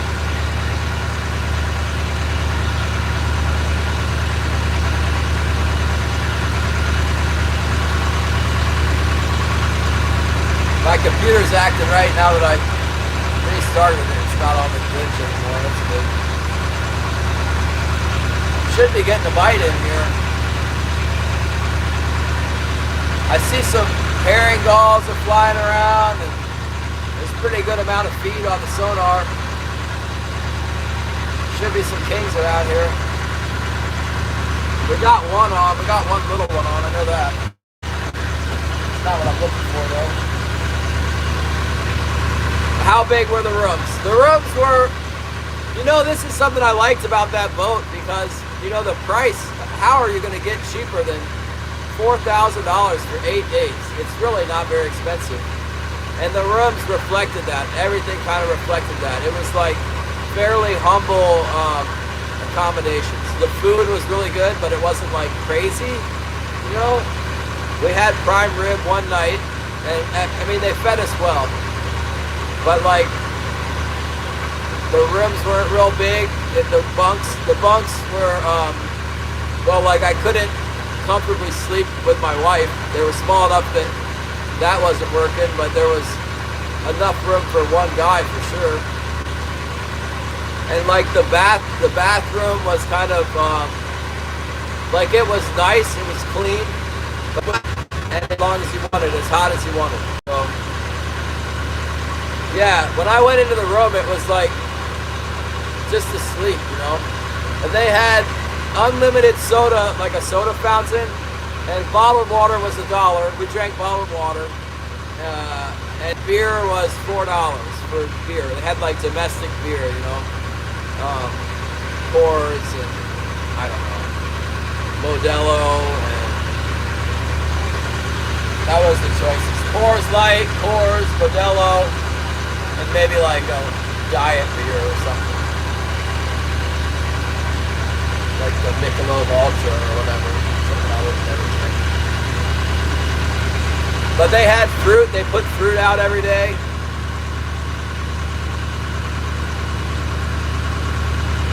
Yeah. That's your hometown? Yeah, it was nice. I mean, things were expensive, but it's like perfect for a vacation. And then, you know what? We were taking Ubers all over the place. We were Ubering like 3 or 4 times a day. So on the like second to last day, we were like, the heck with this. Let's rent a car.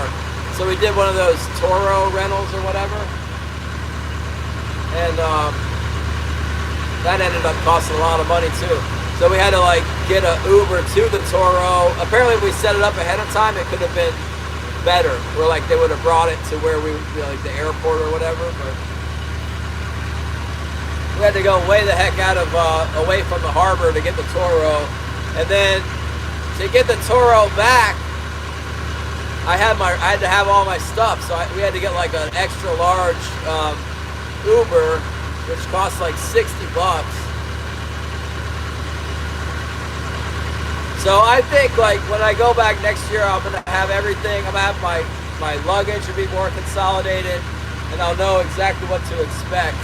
And like, I won't need to go so many places. I think I'm getting a bite on my float. I'm getting some little fish in here. Eventually we're gonna get a big one, I think. God willing.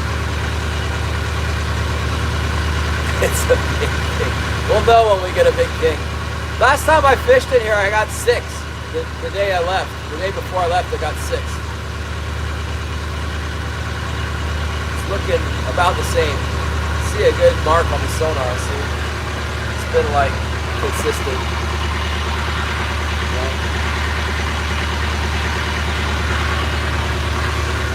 That's all herring. You know, they say find the feed, find the kings. Well, we found the feed, so it's just a matter of time.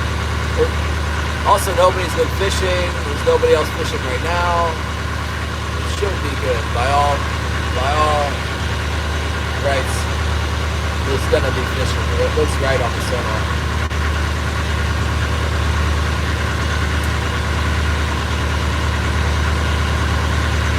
You wanna go, Terry L? Where'd you go back in the day? You can come next year. I got one spot. I was gonna go with my old friend Pete, but he's too old to get out there. And then I was trying to go with Killian, but Killian doesn't have $2 grand to put down for a down payment. So I got one spot. I'm not gonna make her wait too long, trying to figure it out. Might wait another day or two, because I told her I had the other. The post office, the fish is coming in air cargo. But yeah, I hope air cargo doesn't thaw the fish. That's a possibility. I shipped myself back some of my reels, my big Tiagra, or they were calling it the Tiagra. The Tiagra 20 I got, and the Penn International 20, and a big roll of 130 mono, and some rod building supplies. I put it all in the post office and sent it back to myself. I insured it for $1,000 because I was afraid. Oh, and lead weights. I sent lead. I bought a bunch of lead, you know, put it all in the flat rate and shipped it back. We should be getting a bite anytime now. I wish I had some bait. Usually bait works good for this. My hooks might be clogged too. I might be clogged with little tiny things. Everything looks right here. This looks good. I'm really encouraged. There's plenty of feed. There's birds circling. We got shaking. Baby Gary, Uncle Gary. Uncle Gary's gonna go on the bigger trip before me or after me, it looks like. The Shogun has the trip there, but it's booked. There's no room for it.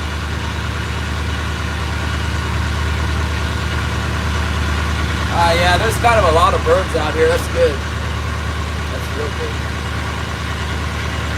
They're out over the 50 fathom spot where the things hang out deep. I don't remember what time of the year it stopped last year. Last year was really, really good out here, and then it just stopped.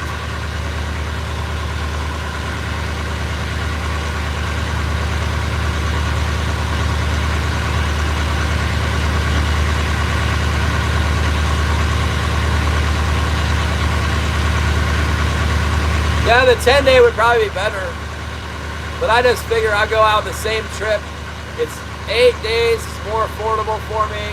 Holly wants to come down afterwards and meet me, so like, I mean, really I could be gone as long as I want, but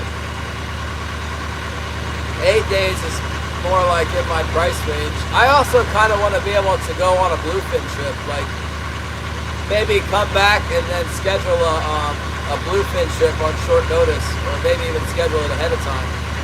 Just doing, I mean, they're like killing the bluefin right now. I could have doubled my fish weight with an overnight bluefin.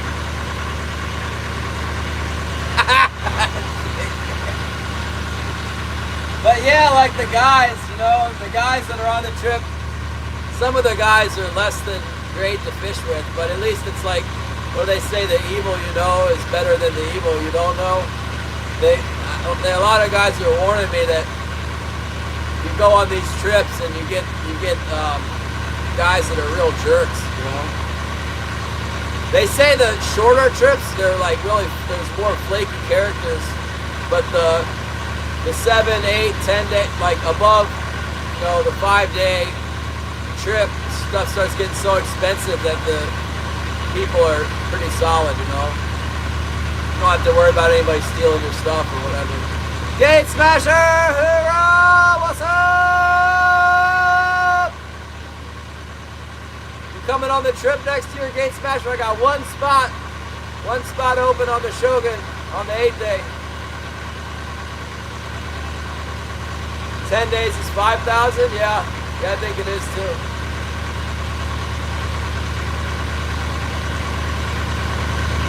It does. I mean, it's still a heck of a lot of money to go But I think in California, everybody makes a lot of money. So just because you got $2,000 to go fishing, you're still flaky. It's a totally different thing. You can definitely see how California, it's like a bustling economy there. It's just every single space of real estate has got a business on it. And every single business has people coming in and out. And it's like everybody's doing good on the surface anyway. You get out of town a little bit, you see a bunch of bums and stuff at the bus stops. But in town, everybody looked pretty well to do.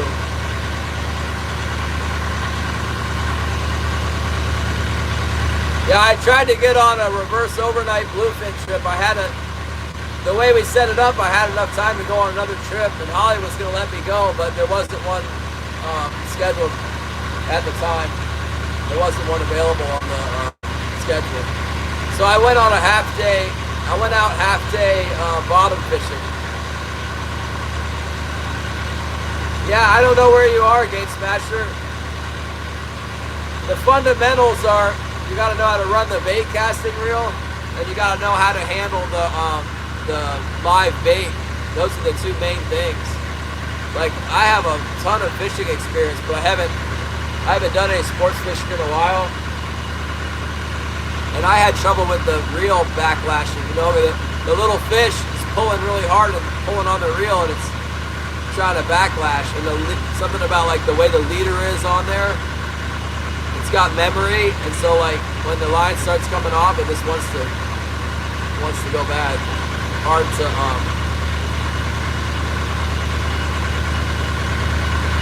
yeah, I don't know. There's nothing like it when you got the fly line out there and it gets 100 feet, 200 feet away from the boat, and something starts chasing it.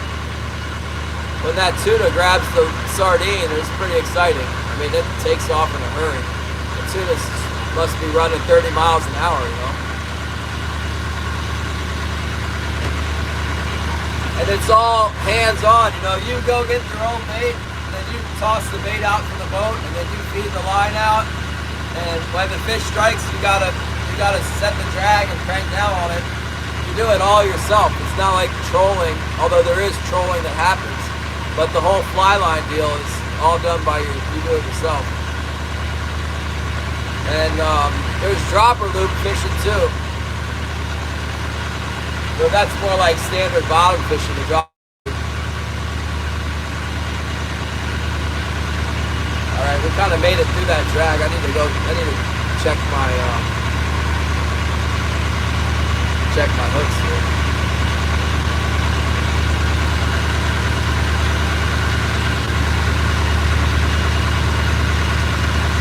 I thought I'd be seeing a lot of herring out here at 40 fathoms, but I'm not seeing it. That's not good. I wonder where it is. All in the notch. Let's go out there and check the hooks. See what we didn't get. Oh, there's a good bite. Now, as soon as I say let's go check and whatnot, I get the bite. Let's go! Got a decent biter. Might be a 26 incher, but he's pulling on the string there. I'm out in the deep. I'm out in the deep. Yeah, that might be a keeper. It's more like it anyway. Yeah, water's kind of dirty. It's been storming. I think it's been storming for quite a while here.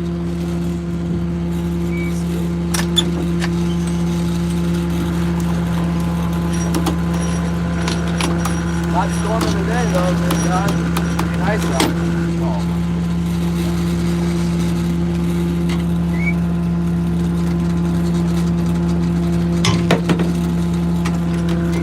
A lot of times you gotta work out some kinks. Been out of town for a while. Wow, the water is really dirty.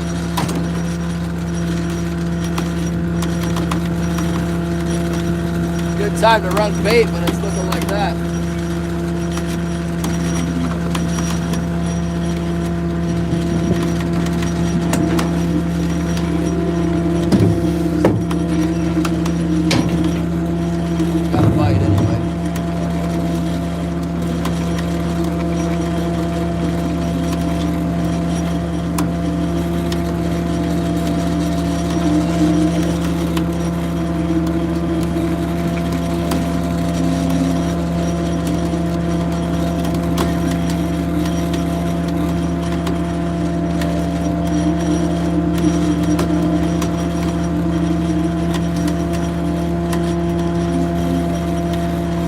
be on the bottom hook.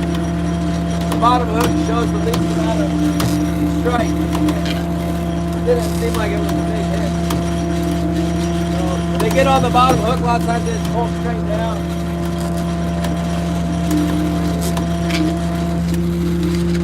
On the field stick.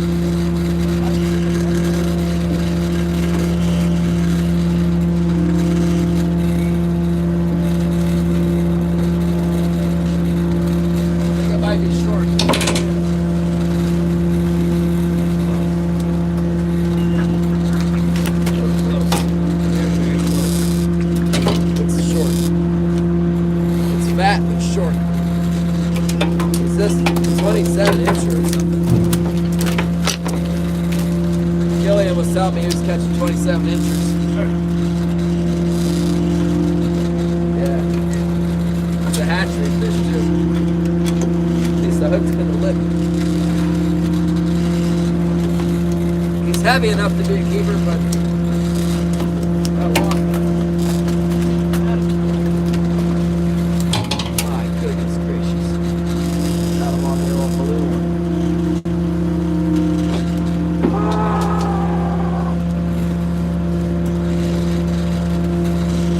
Gillian was telling me there's some fat shorts around.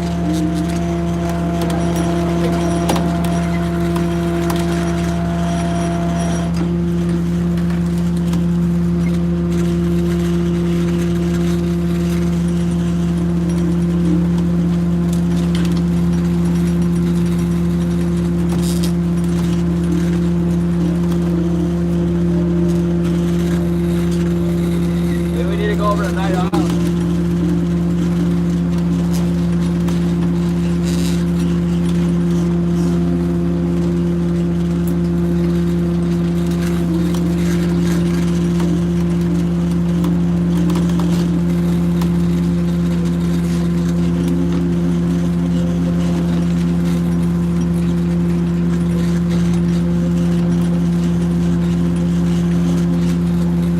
That one, if it lives, it'll be big enough.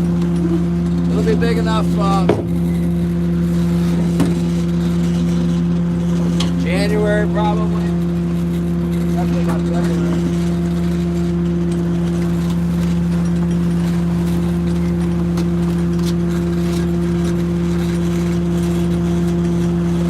The hooks didn't look real clogged up.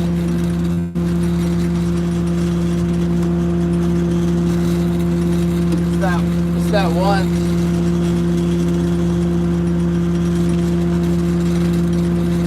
And it was kind of deep, but it wasn't all the way down there at the bottom. Let's see what we got on this guy.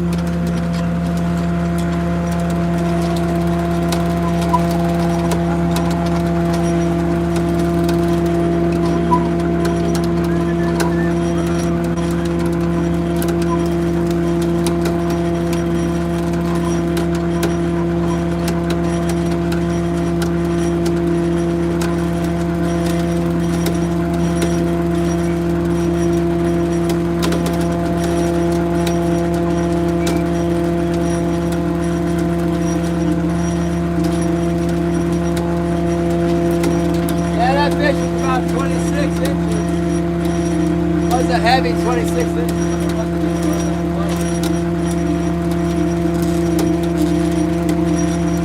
What's the hatchery?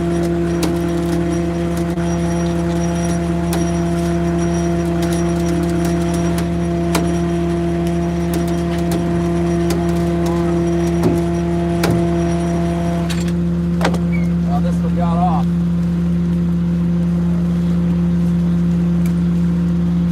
Guess that means it could have been a keeper then.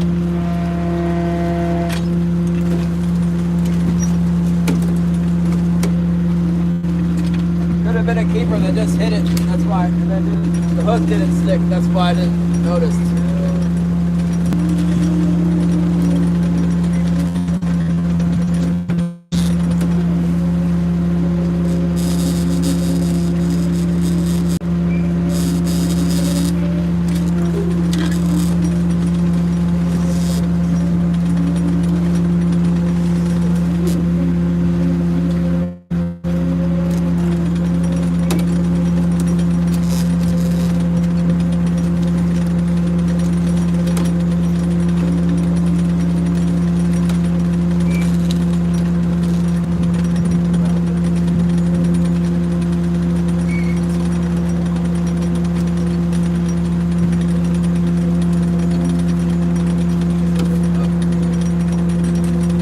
another pass. At least that fish was close. It was close, and we didn't get like 20 undersized fish, so let's try again. Not the worst result I've ever seen. Not the best either, but things could definitely be worse than that.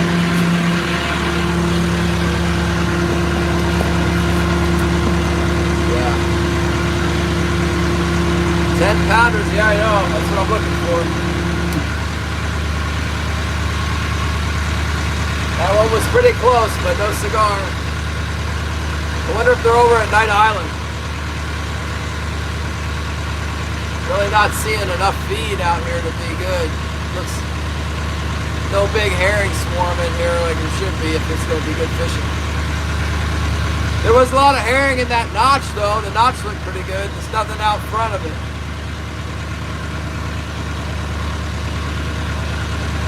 It might be offshore. I don't know if Killian got out there or not. But you know what? The water's really dirty. It's hard to catch when the water's really dirty like this.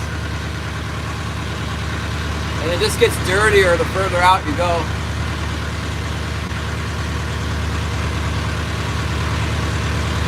It helps to have bait when the water looks like this.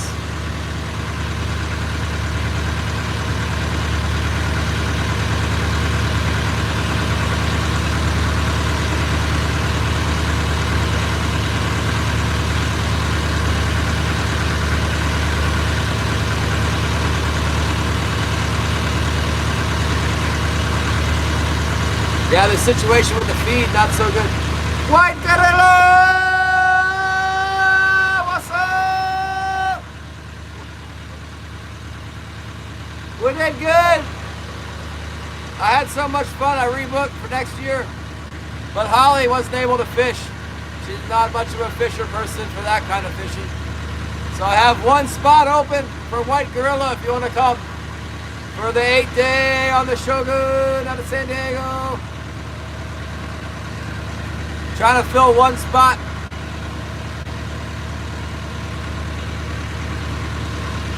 The copper, I don't know, it seems to be working.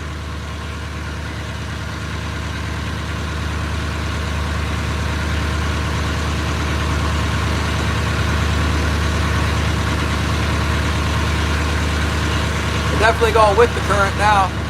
Hold on, excuse me for one moment.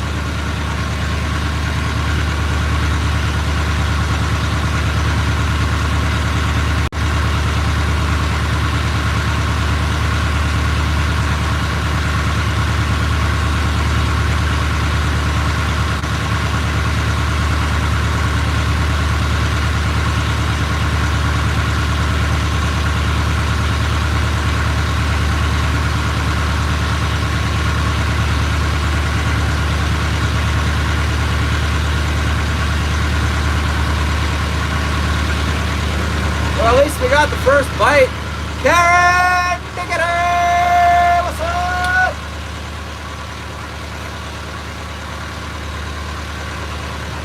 Yeah. Yeah. Clapping seal. We got the clapping seal. Ah!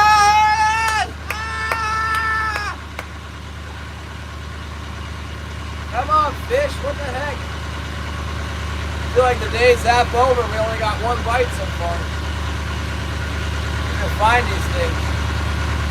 Find out what they want.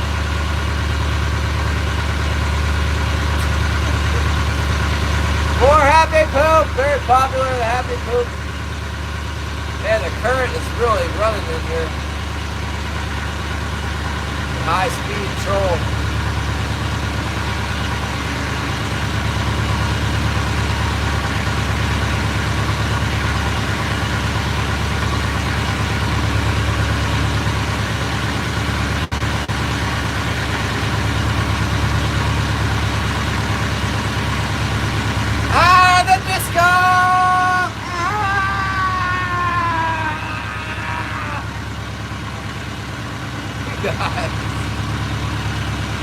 The laughing disco ball of destiny.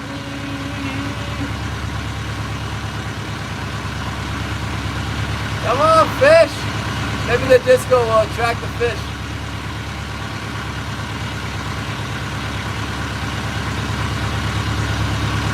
Ah, do you like the pictures? Were they good choice?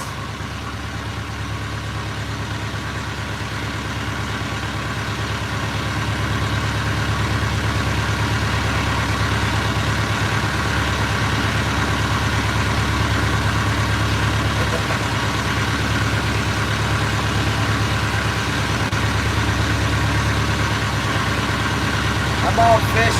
That's weird, there's no feed outside of the notch, it's just up in the notch.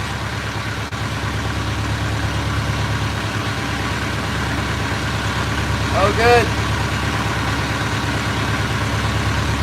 Ah, yeah, Wilson's very photogenic.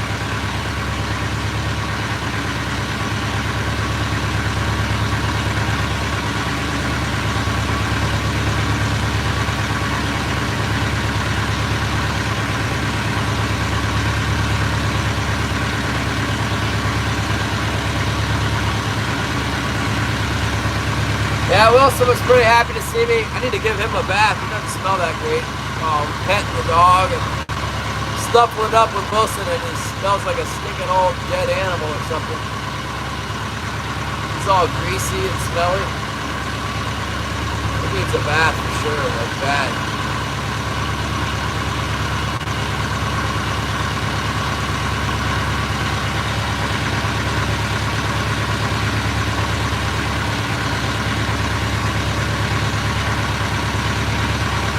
I try going down the other side of this channel. Sometimes the fish are on one side or the other. The other side looked good on the bait fish front. There's a lot of bait fish, but we didn't get any keepers out of there. Let's try the west side of the channel. Then we'll come back up the other side again and see if we can get a bite on the next pass. Usually wherever the screen's loaded up with the red bait fish, that's where it's good to catch.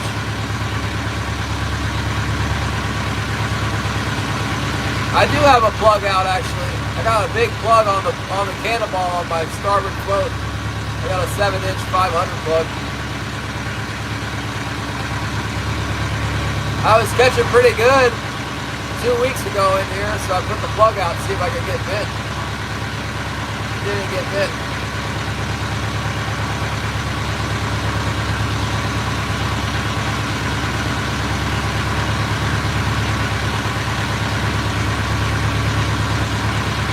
Smelly bears. My mother-in-law said she didn't see any bears this time. Last time she was here, she did see the bear.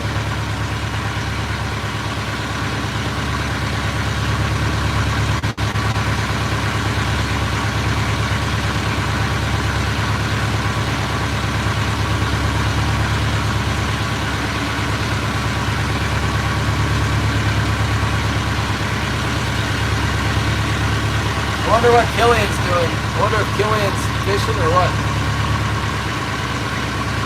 He said he was going to try and run from the Coast Guard earlier.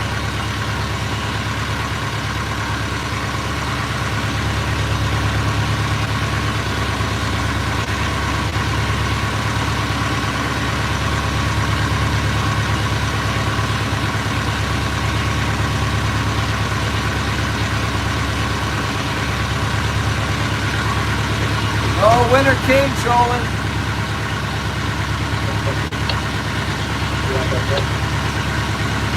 Not much here.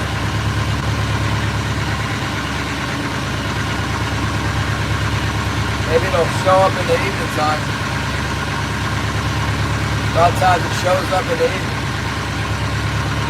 Karen's a sucker for 4 months. So thank you so much, Karen. Take care.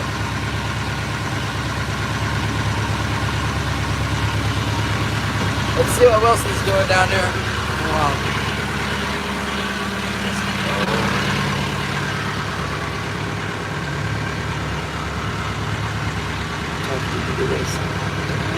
There's Wilson.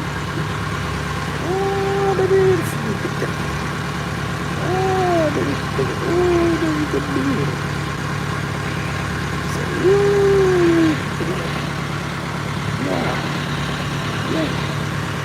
Yeah.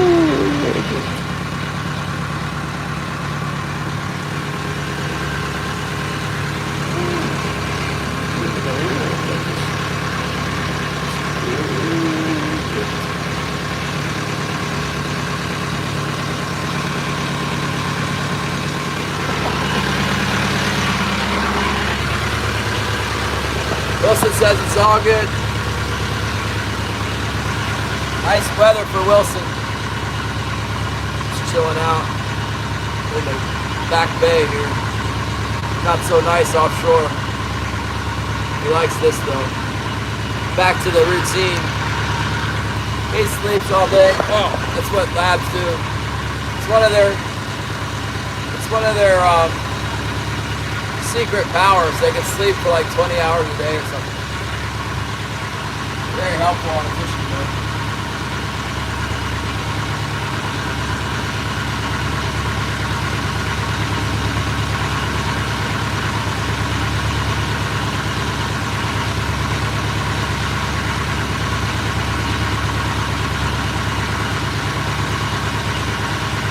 Now we're gonna have to go check Night Island here soon. It's not what we're looking for right here now. Not enough feed, no keepers.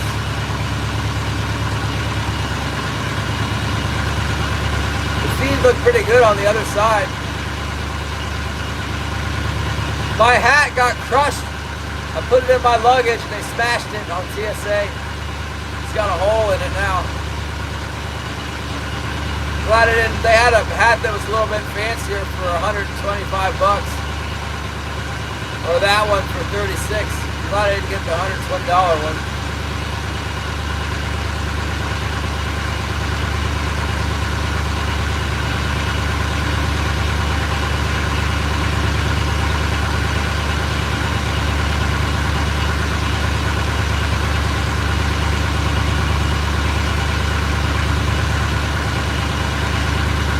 Yeah, you know, when we got back into port, I went into the Fisherman's Landing and I'm like, I'm gonna buy a nice pair of shorts. So I got some nice, clean, new shorts. The shorts were $85. Man, I'm not paying $85 for shorts. Forget about it. Go back to Target. They'll save money for the trip next year. Especially if the fishing's gonna be like this. Oh my goodness.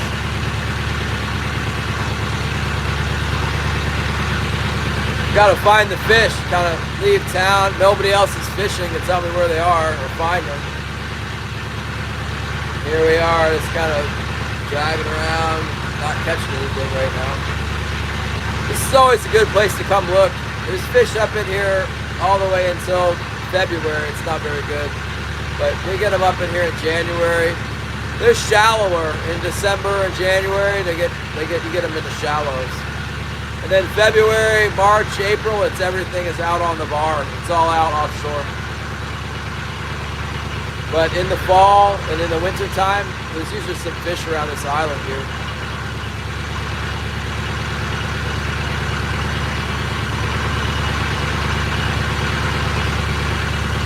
Just gotta work it. We weren't here real early. We were up early, but made coffee and did some stuff. Put some money in the bank. My bank account is like totally empty. My checking and credit card account for my working account, and put some paychecks. I meant to bring my paychecks with me, and I left them in Killian's car. You coming fishing next year, Lee? I got one spot open on that boat for an 8-day trip. It's $4,000. Look, the whole boat's booked, but I got one spot because Holly's not coming next year. Maybe Lee wants to go. How about fly line the sardine for the tuna and the wahoo and the yellowtail? And it'll be like 80 degrees, 70, 80, 60 at night, 65 at night.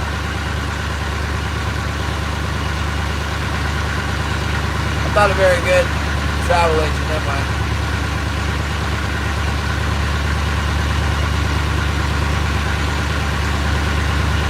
Come on, fish. Not enough feed in here. It's bad news. You want lots of feed, it's not in here. This reminds me of like 4 years ago, 3 years ago, fishing wasn't very good in here. There wasn't enough feed. Not seeing it. I bet they're offshore. They're either offshore or they're further up in the bay.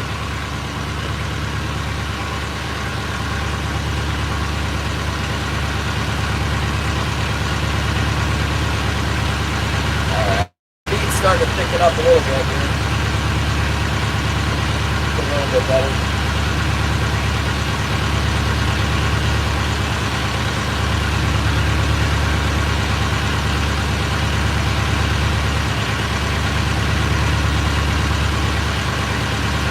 I'm excited to build these fishing rods. I ordered some, well, no, I'm gonna order some rod decals and stuff. But it was nice because I was at the tackle shop. I was at Squidco in San Diego at Squidco, and yeah, the feed's looking good right here. So they were able to get me all the right guides and stuff. So I had the right guide set for the rods. And what's up, Hookset John? Woo!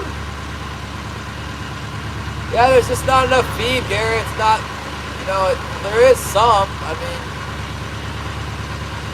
it's not what I'm looking for. A big bite. Like last year was a tremendous bite.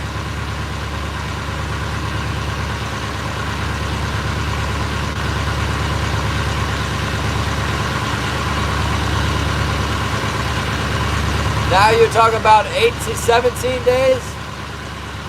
17 day, they put the fish in the freezer. They turn their RWS till it freezes the fish. Brine freezer. There's Tom Garner. What's up?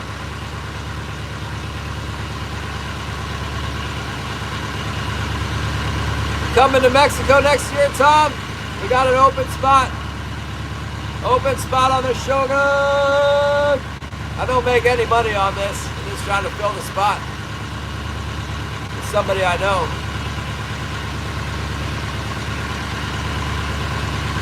We're gonna have to go back up to the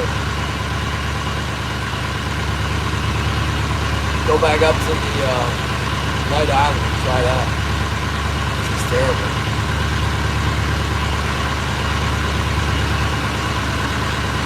You know, November's been pretty slow for a few years.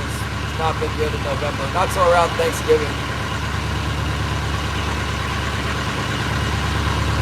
The herring is pretty thick in October, and then it's been disappearing in November.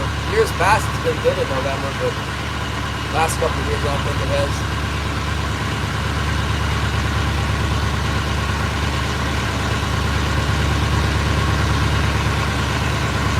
Oh yeah, the 7 day. Yeah, I don't know, the boat manager's driving a Porsche, so it can't be that tough.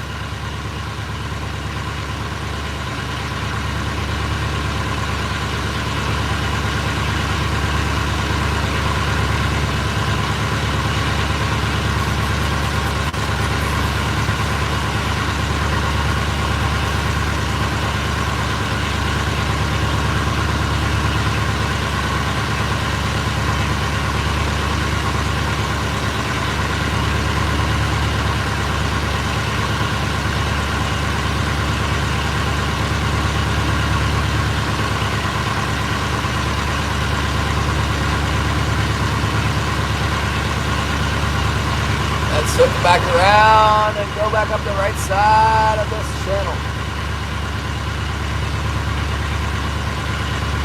And we're gonna go across to the Night Island.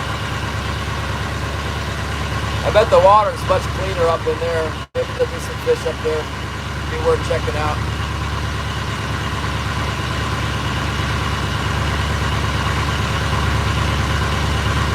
I think 10 days is probably about the best length of time to go out there, really. You know what? The fishing has just been really good out of San Diego. The fishing's really good right around town right now. They're just killing it. I might try and sneak out for a white sea bass trip in May, because I'm only allowed to fish 2 days a week in May anyway. Maybe I can sneak out of there. If I fly to Anchorage, I go up to Anchorage and I can fly direct to San Diego from Anchorage, I think. Or at least avoid the overnight in Seattle. I could probably fly out, fish a sea bass trip, and be back in time for the next week's opener. Maybe do a little overnight for the bluefin.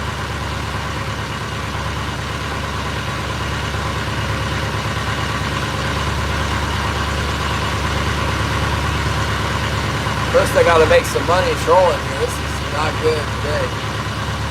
Gotta find some fish.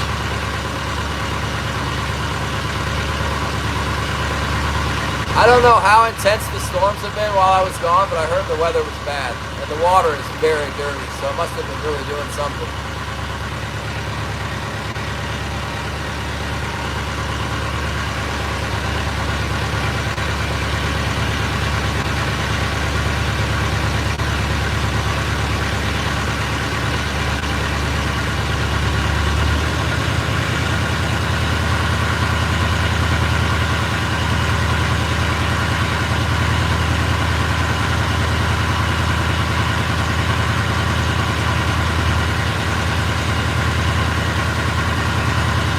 One bite, well, 2 bites and 1 fish is what we got so far.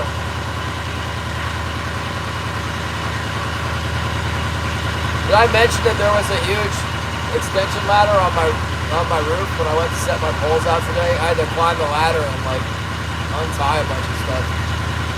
The welder, I hired the welder to put stays on my boat. He came and put a big ladder on top of my boat.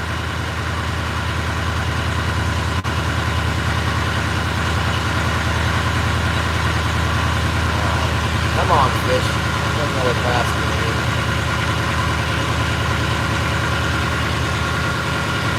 Make another pass through here, and then we're going to go over to Night Island. If we don't get him at Night Island, we'll come back and try 10 fathoms and then go in.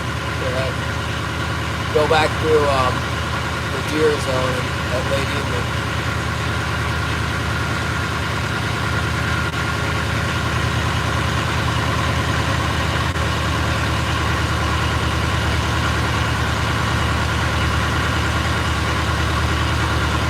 Go bass fishing? I want to eat the fish. I'm told that's a big part of the trip is the excitement of the big fish. You know, like a 100-pounder taking the line, and even a 30-pounder pulls hard. And then getting to eat it like I like to eat offshore fish.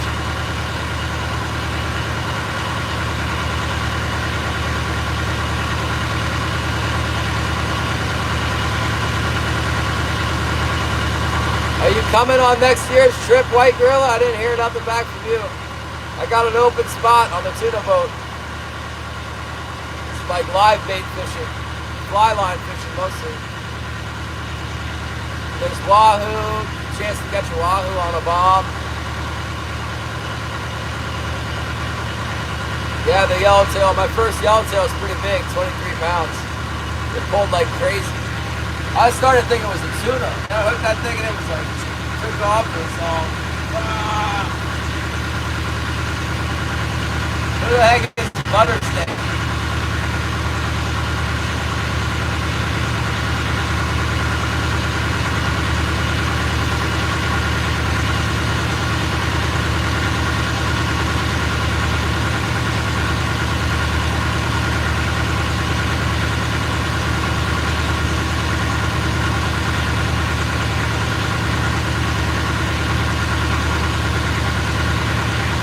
Yeah, you know, the night before we were fishing for the yellowtail at, I guess we were near Cedros Island. I guess we weren't supposed to be there, but we were there anyway. And catching flying fish. And there was so many calico bass in there, and like a couple few yellowtail got caught.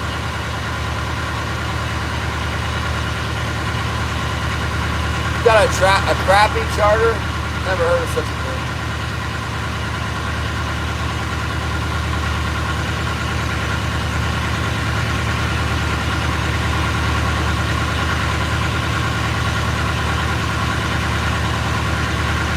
Well, we got the fishes at the processors. They got a 2 to 3 week delay in shipping. They're going to put it on air cargo.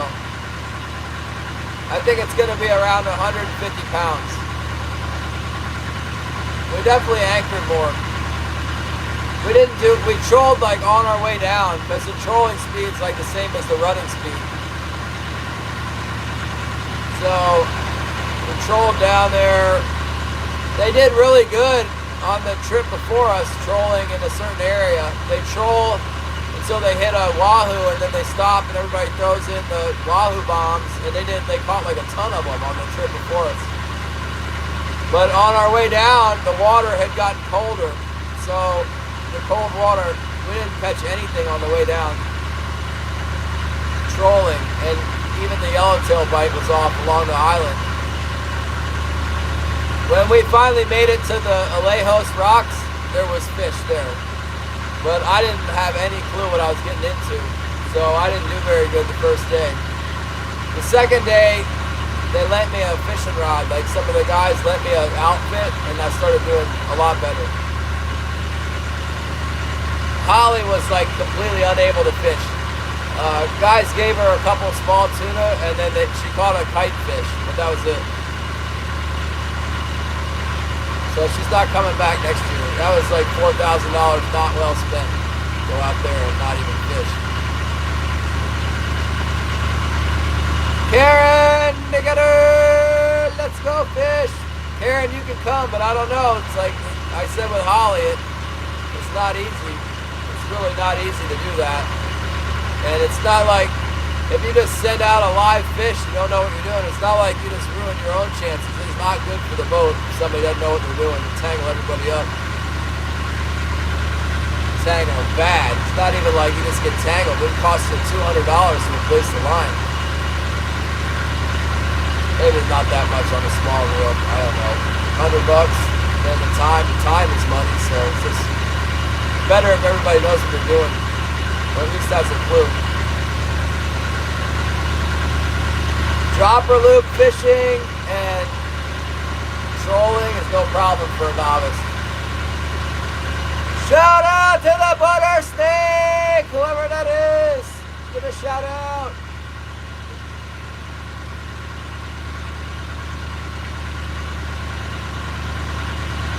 Yeah, thanks.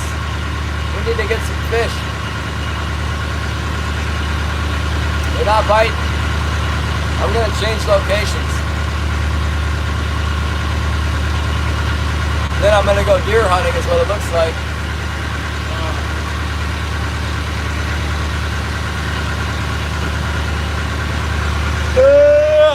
Let's text Killian and see if he's getting back. Text Killian. You know what? I brought some jelly beans. There's some feed right there, a little ball of feed. It's just not very much.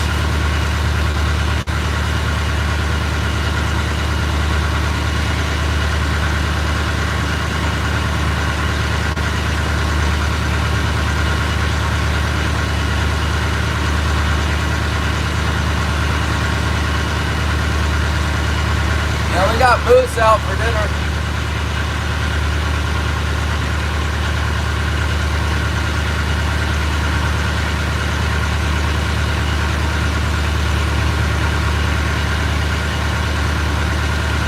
Jelly beans.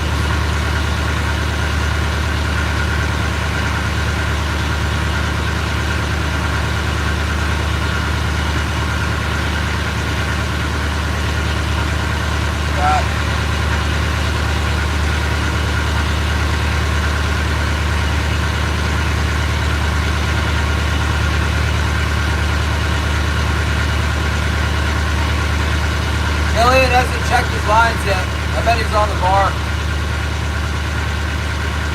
I told him don't go to the bar, but he didn't listen to me.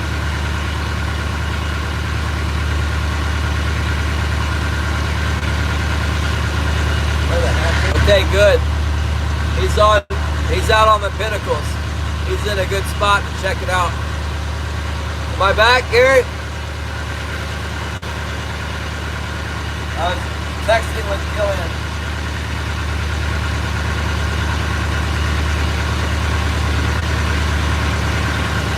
Who was that just came in?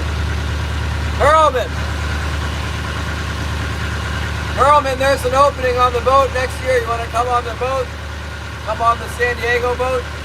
I got one spot. I'm going to try and sell it.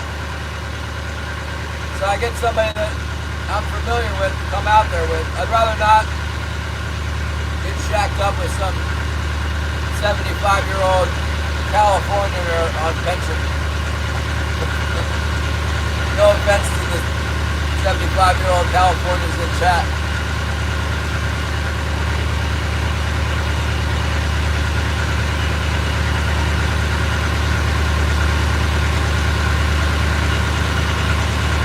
got an elk trip in October. Cancel the elk trip. There's an opening on the shoulder.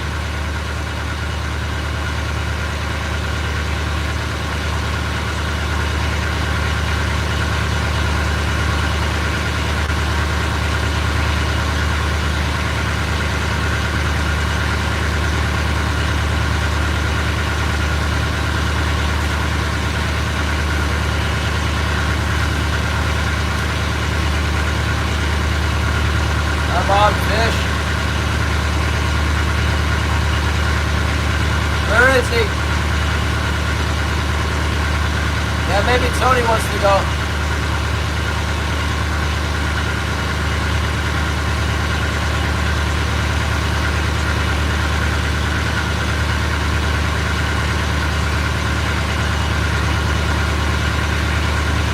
Thanks, ma'am.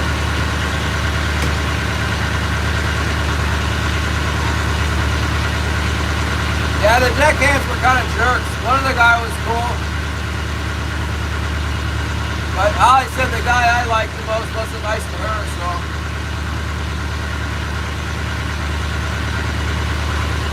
I was told that the deckhands on that boat are in a revolving door. There was some young kids. The captain was kind of like a guy like me. And then he had a big Mexican deckhand. He was like big, broad-shouldered guy. He was really cool with me, but he didn't have any patience for Holly. And then there was 3 younger white guys that were working the deck. One of them was big, like a big, tall, young guy. He was all right. None of them seemed to grasp like the level of experience I had fishing or boating. And I think they didn't think I was going to tip because obviously I'm not real rich, but they were really good at, like once you hooked a fish, they were really good at working your lines around the other lines and helping you to capture the fish. They were pretty good at trying to get the fish.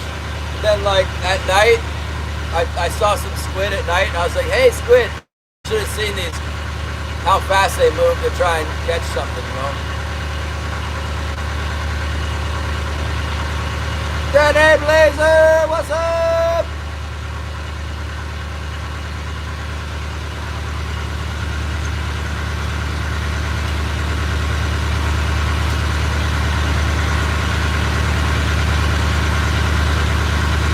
Yeah, you would think so, but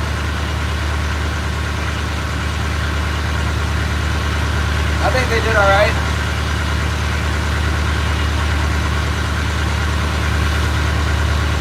I want to go back. Like I said, I'm mostly want to catch the fish. I'm not trying to make out with the deckhand, so it's okay.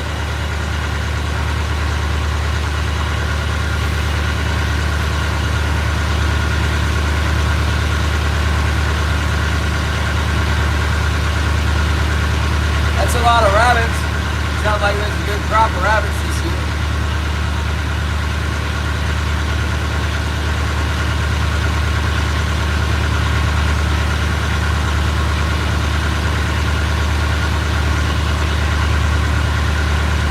I imagine the deckhands will be better next year too, since if it's the same ones, I don't know if it'll be the same ones. But I left a good tip. I even gave one of the kids an extra $140 or something, which is big for him, because I wanted to make sure that I left the 20% tip that's expected apparently, and I didn't have that much cash in my wallet, so it was a lot of money. It was like, I don't know, $1,400 almost. So I gave the captain everything I had on me, which is like $1,100, and then I went back with $140. And they were all loading the next crew on, so I just passed it to the nearest deckhand, so he got a bonus.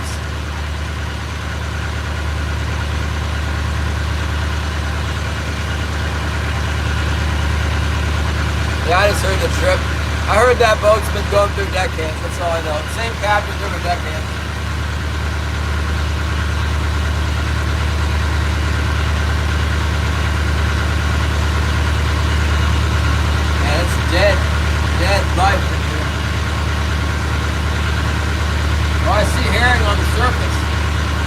some herring popping up top.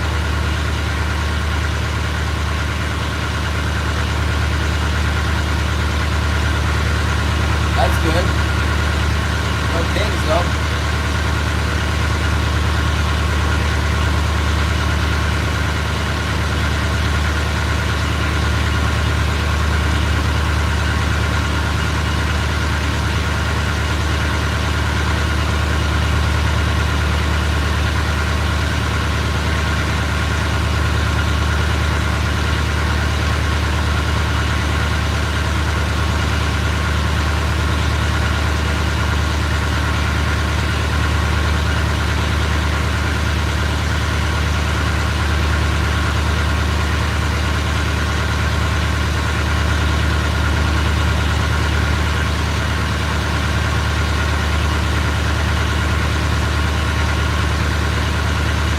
Well, they said that it was 20%. You know, the manager said give them 20%. And then I asked one of the guys on the crew, who was the younger guy. He was the next youngest guy as me. I'm sure I was the youngest guy on there.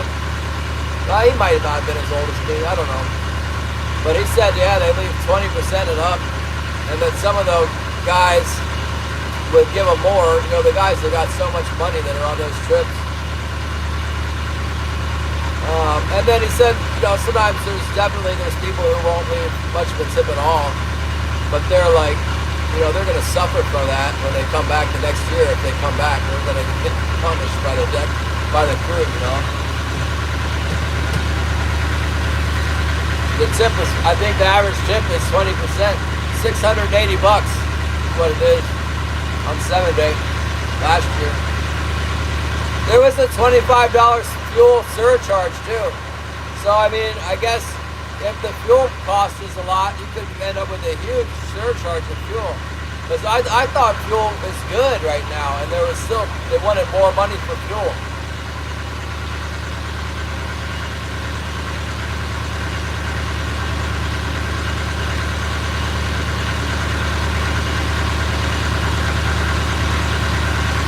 AI, Danik, I got the AI jelly bean.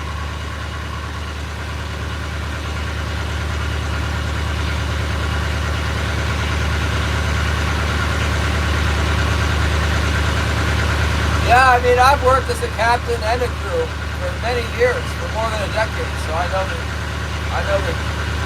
the game there.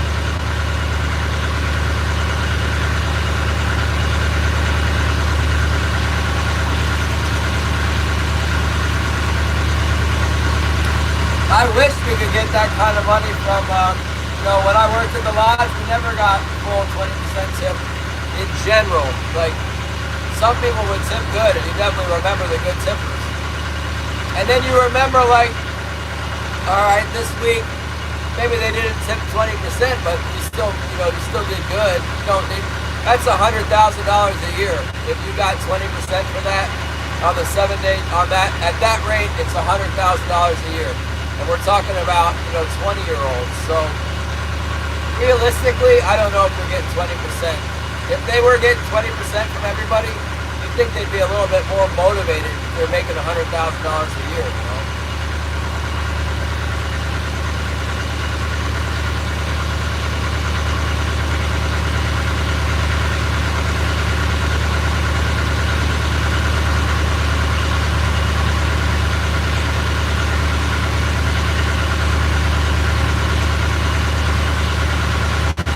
$7,000 a trip, yeah, I think so.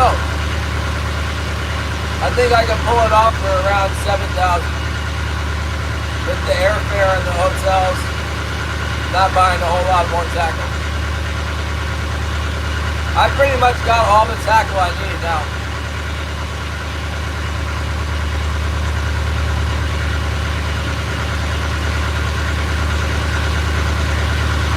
Yeah, guys didn't always sit good in Alaska, that's for sure.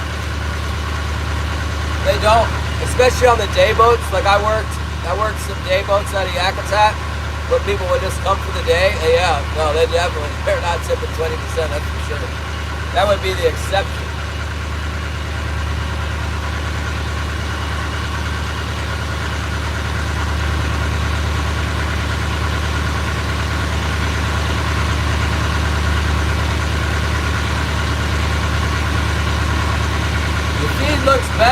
here to the east. It's looking better and better.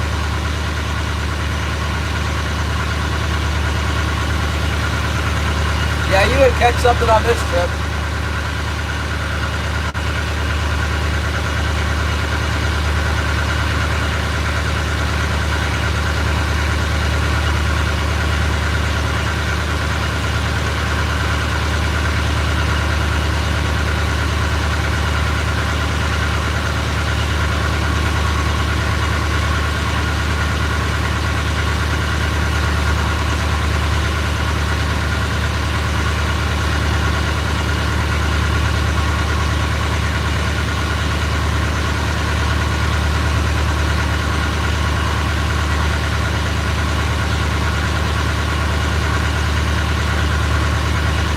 Well, do the math on the fish. Like, what's 150 times 25? That's how much I get back in fish. Zyro!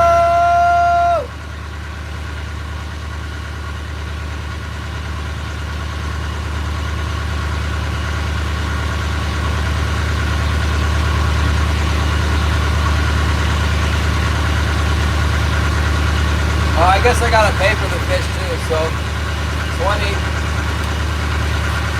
Tuna's about $25 a pound.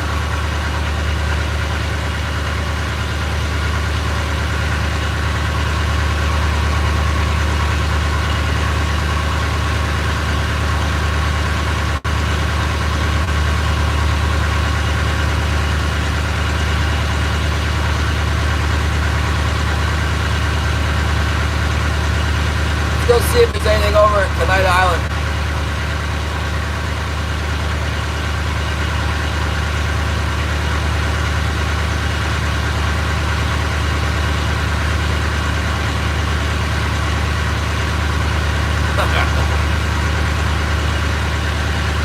I grew up on a lake with bass in it. I caught bass at will all the time.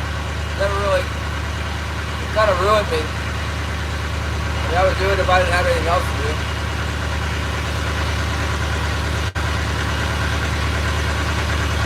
I always preferred crappie fishing.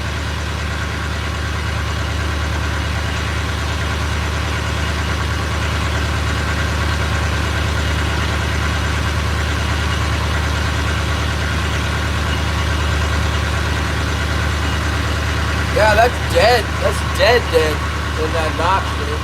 Sometimes they're over at Tuna Island if they're not at the notch.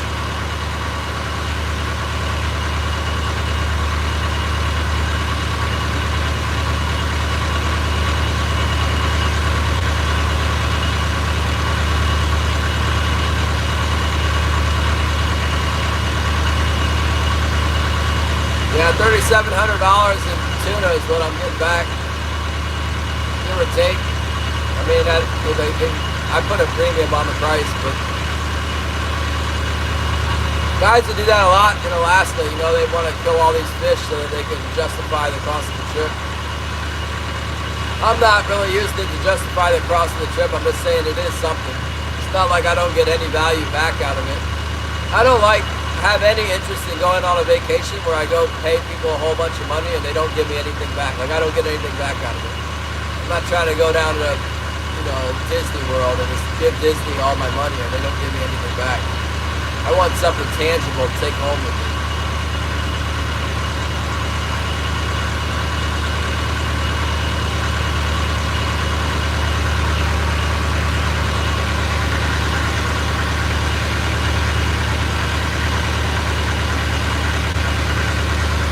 Alright, let's cut across this channel here. It's got like a half hour to get across the channel.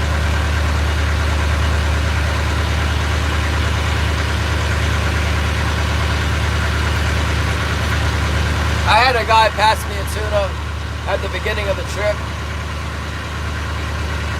One of the old guys passed me a fish. It's pretty big. It's one of the bigger fish I caught, I think.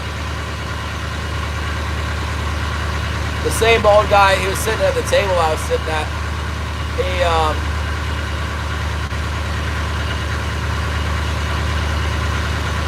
helped me get the troll fish. Like, we were back there when it was open troll. watching the rods, and he was like, oh, there it is, get it. And the first one was we snagged a kelp, and then the second time the fish bit, he was like, get it, get it. And he like gave up his, you know, he was watching the rod more than I was. He wanted me to get the fish, and I did.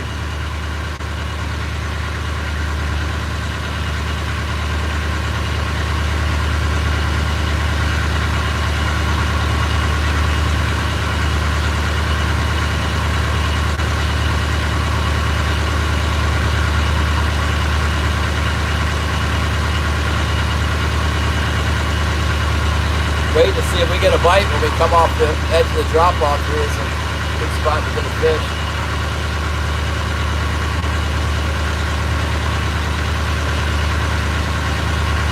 Killian texted and said he caught a big shaker.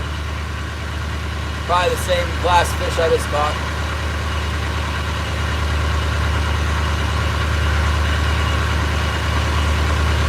I'll tell you what.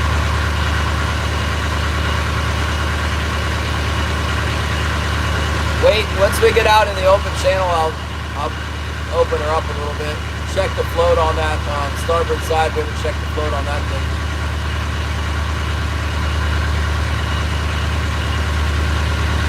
Yeah, meanwhile, I need to build a whole nother house. Like, you think I can't afford the long range trip? Well, I gotta build a house too at the same time. We really need to catch some fish. Killian's texting me. Showing some feed on the clown shoe. Yeah, well, I was going to buy another freezer because I was expecting, like, if Holly had been able to fish even a little bit, you know, we would have had 200 pounds of fish, 220 pounds of fish, but she was not getting it done. I mean, she couldn't even stand up on the deck of the boat without, she needed to hold on to something. So, you know, you had to be able to stand up to fish. And because we struck out at the yellowtail spots, there was no time to bottom fish, or whatever. Killian sending me pictures. There's feed out on the pinnacles too. No, the average size was small. Like I'm telling you, our trip, like the boat missed the fish. We did not hit the fish. All the other boats caught the fish except for us. But it was a grind, you know, I like a challenge. I got enough fish. And I learned like, all right, this is how it's done, you know, basically.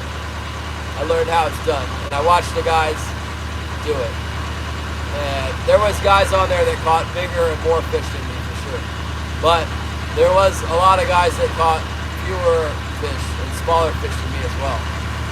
There was a couple guys who were like, I don't know, they must have been taking drugs or something, because they were sick and in bed the most of the time and didn't even come out. Younger guys.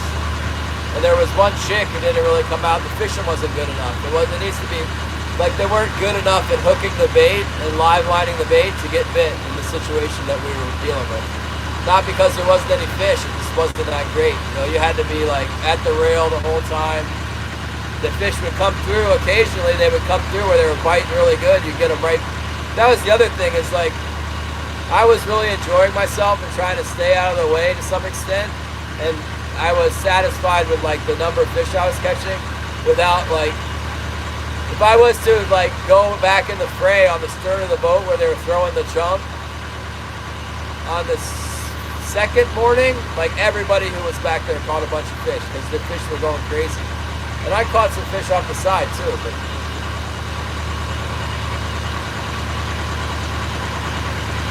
yeah, I fished really hard.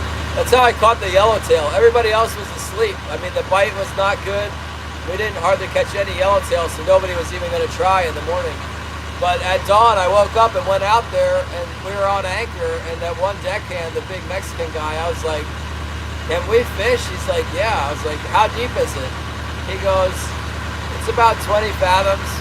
We're in a spot where we catch a lot of yellowtail. Nobody was even fishing. Everybody was like eating breakfast inside or still asleep. And I dropped down and caught a 23-pound yellowtail. It was great. Nobody was there. Then they came out but there wasn't anything, there was no more fish. That was like the only one that was caught. I don't think I included you guys hardly at all. I just, you know, I just wanted to be able to fish. I needed both my hands, my GoPro, I just didn't even deal with it. The guys were really helping me out, the experienced old timers, and I didn't want to turn it into like a video trip, you know, where I didn't want them to feel like uncomfortable at all around me with the cameras and stuff. So I just, there was 23 people on the boat, I think. Like I said, there was 3 people on the boat. There was 4 people that hardly fished at all. Holly didn't really fish at all.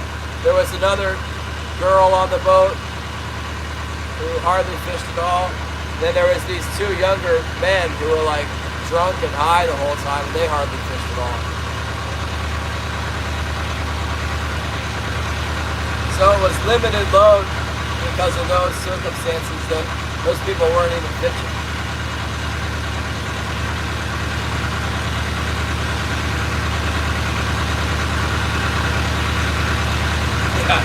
This one guy was so messed up, he would like come out occasionally and he would like put a sardine in a stranglehold and stab it through the face, and then he would just throw it out there, and like, I don't know if he caught anything. He would catch the weakest bait and then just stab it in the face with a hook and chuck it out. And then he'd be like, I don't know, people were talking about how many fish they caught, and he'd say like how he tried, and people were just like, wow.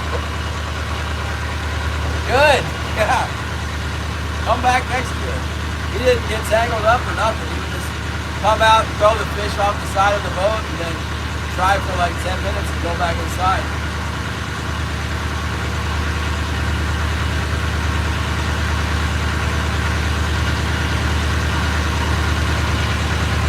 Alright, we're off the edge now. Let's speed up. Let's go out there and check that float. I think it's just shaking around, but it might have something on this whole time. We'll check it. Check the other line, and then we'll check the starboard side. And by the time we get this checked and all that, it'll be time to, we'll be up against Night Island. That's why I don't pull my gear in, but you just run your gear and then, in fact, it'll also be nice to bail out.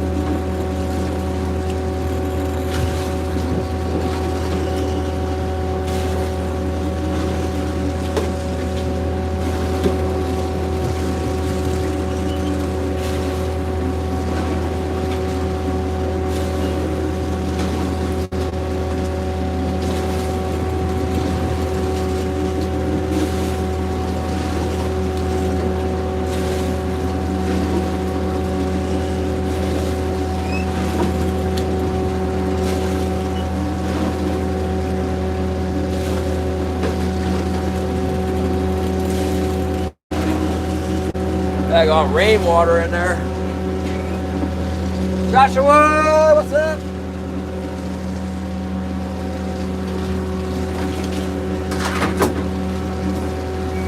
Nobody like getting in the flood there.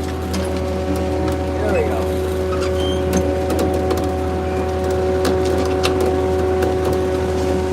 Maybe I should shallow up.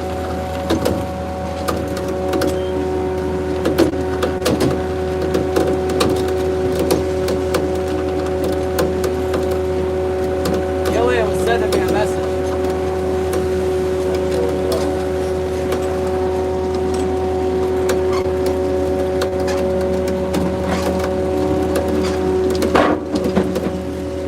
Yeah, let's set the floats to 16. 16.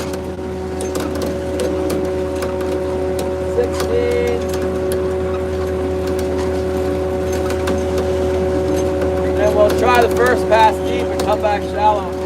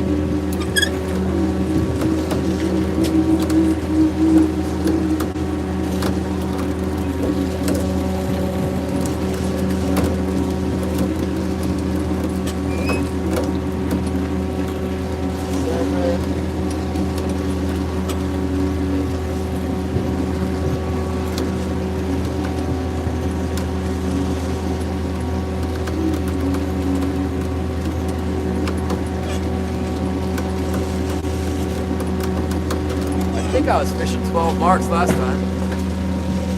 What's up, John? Which John is it? John Dickinson.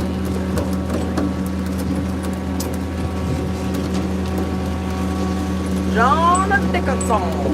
Oh, keep it good.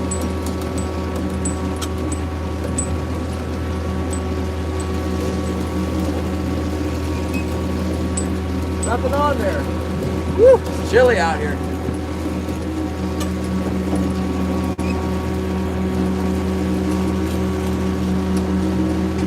Put that float way out there.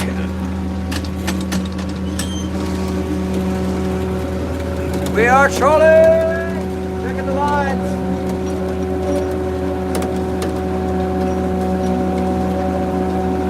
Water's cold. Look chilly.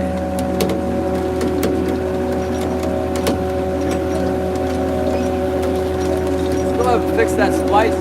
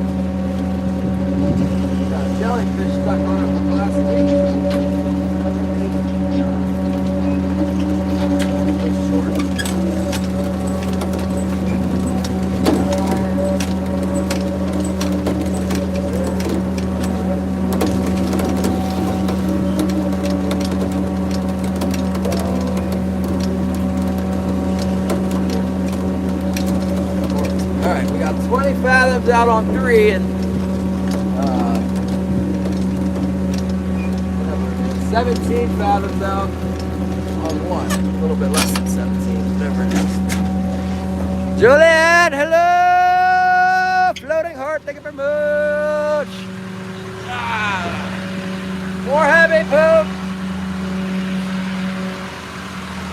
Woo! It's cold out there now, very cold. The Mill Pond is pretty calm, huh? We're in the Gulf of Alaska, North Pacific Ocean. Thanks for coming in. Tap the screen. Somebody give me another jewel. I'm at 666 jewels. Come on.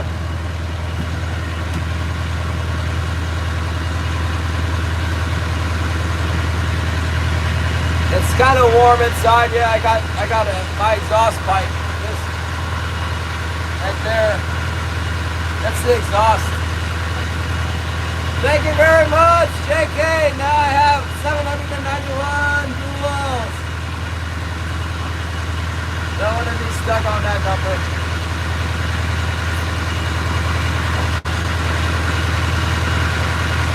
Oh my goodness, it's so slow today. Gladys Edmondson! Hello! Edmondson, good to see you. We're struggling. We haven't caught one. We got one mini fish. Not big enough. Actually, it's kind of close, but not big enough.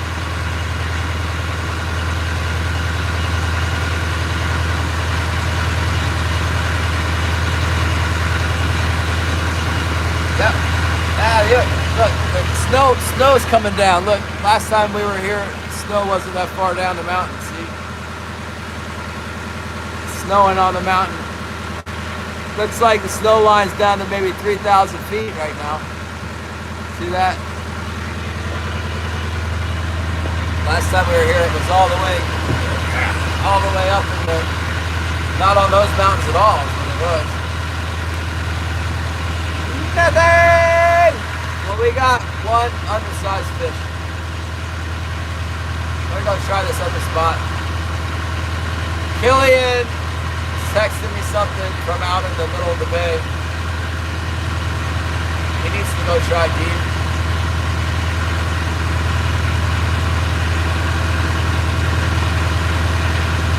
If it's gonna be nice tomorrow and calm, I might need to just go deer hunting.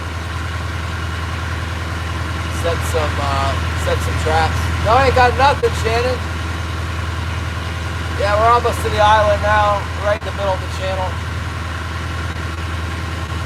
Not no man's land. The water may be looking a little bit cleaner in here.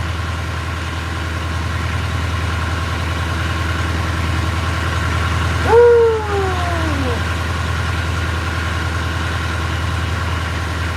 Yeah, sometimes there's fish over here when there's nothing out in the notch there. This doesn't, not looking real encouraging. I'm glad that Killian's out there. He's testing a different part of the bay. Amen, Sarah!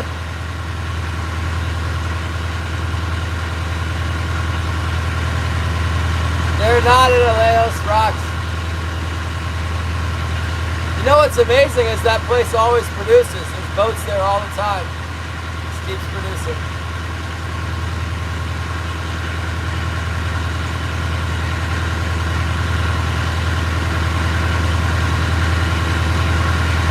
Yeah, I really didn't want to leave.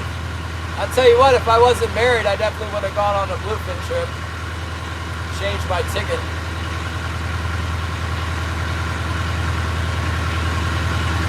There was a bluefin trip that came back I would have just been half a day late getting back. I heard that Alejos, that's what it means. It means far off in Spanish.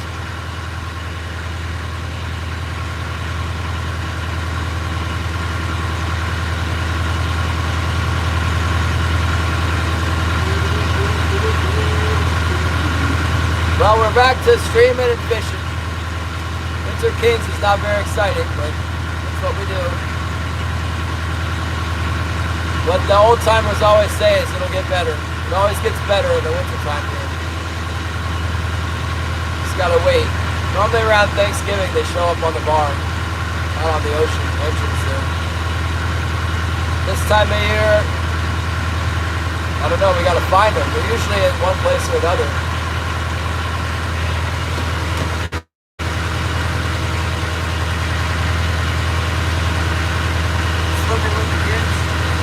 Watch out for sharks.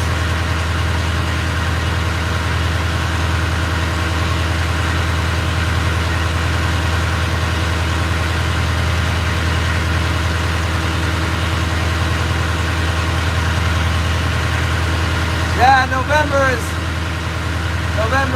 pretty tough. I don't know, maybe it'll be good this year.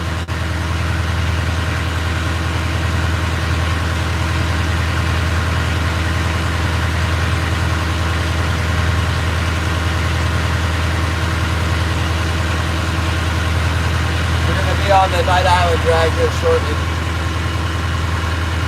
I kind of wanted to go deer hunting at Night Island. Shannon with the habit boom, double 2X with habit boom. Guys, I don't have any food. I ate all my jelly beans.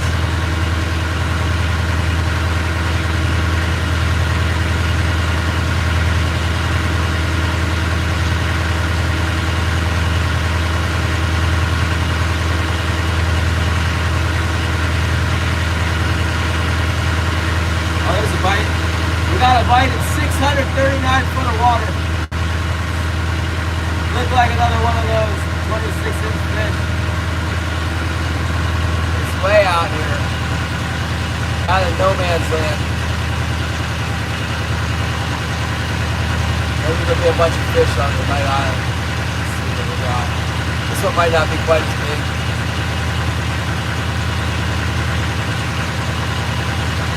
coming up on the 100 fathom line. Sometimes we fish on the 100 fathom line out here. Yeah.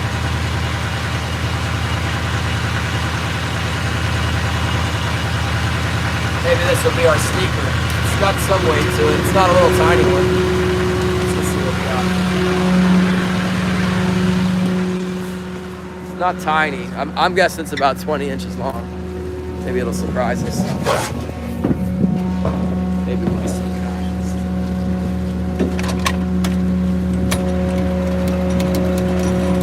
Be interesting to see how deep it is.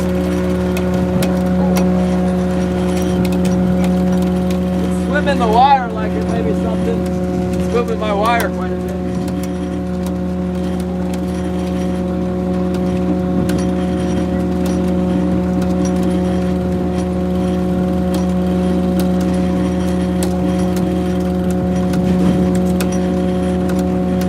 That's a good sign.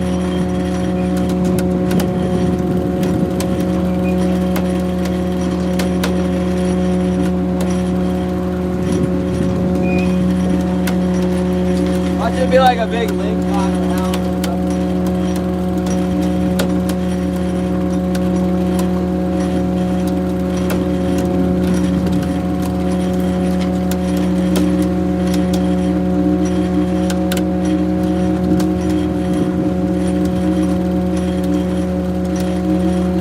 Wires stop moving.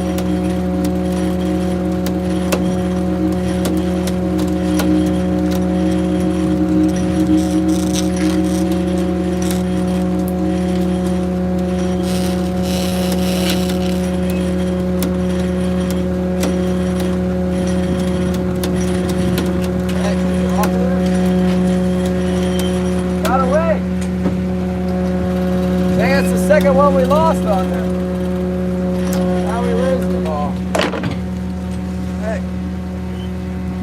That's the second fish we lost on the port side.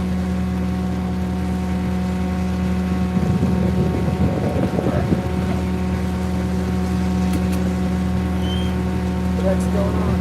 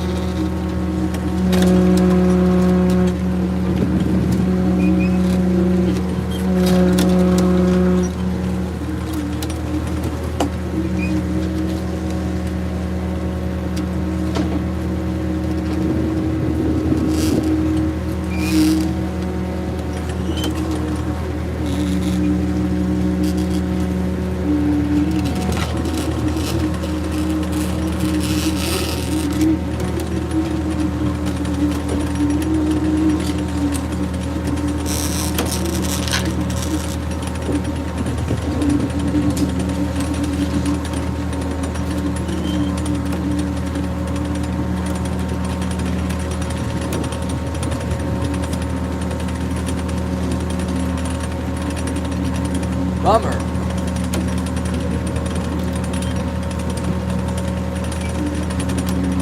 Might have been foul hooked or something, because it was really pulling the wire back a lot.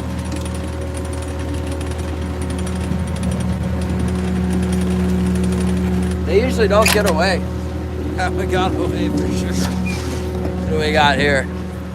Dave Logan, get it! JK! Yeah.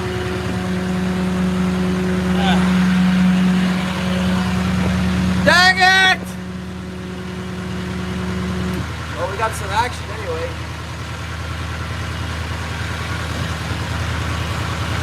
Something on that side they're hitting it, it's not holding on to them. That's the second bite we had over there. About pulling up a fish. Mosquito! What's up, mosquito?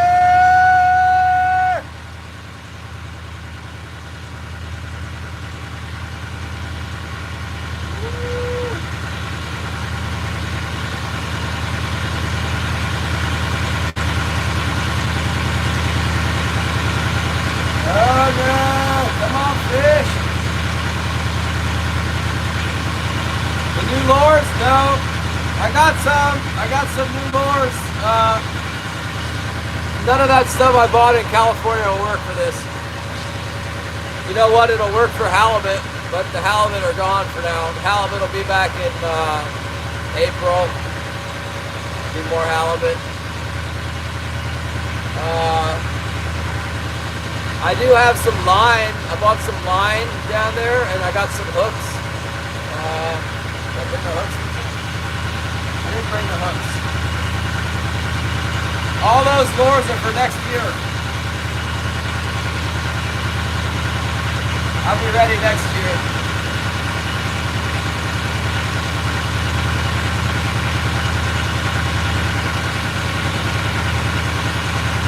We're getting right close to Knight Island now. That's a good sign that we hooked one out in front of it. Maybe there'll be a bunch of them in the spots. Don't see any birds right now. I'd like to see some birds.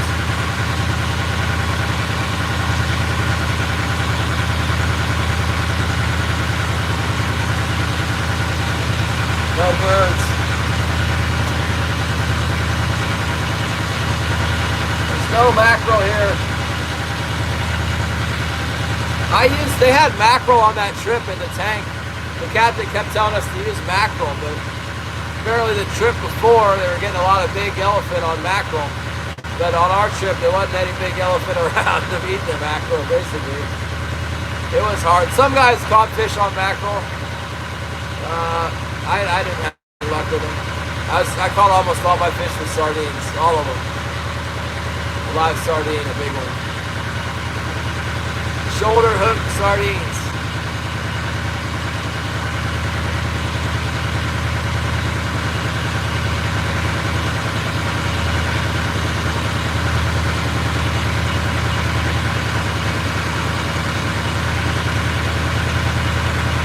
Here we go. We're on the drop off now. Slow down a little bit. Don't see any feed yet. Sometimes you don't need to have any feed in this spot. There'll just be some fish. Holds fish. Big king salmon just hanging out back here. For whatever reason. A few seagulls sitting on the water. There was some scad mackerel on one night when we were stopped. I was catching scad mackerel on a, called sniper. Then I put a sabiki on and caught a rack of scad mackerel. The deckhand was not impressed. They didn't want to deal with them. They kept the flying fish for bluefin trips. Maybe they're going to sell them. I don't know. Apparently they're worth about like $35 each. We caught 168 of them in about an hour.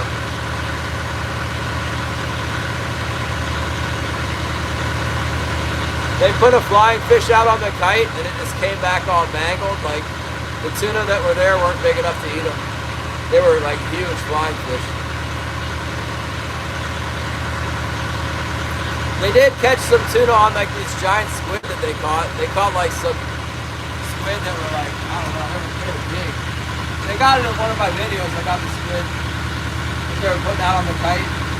I think the yellowfin tuna were just hitting at the head, you know, with all the tentacles. They were just smashing the head and getting the back hook.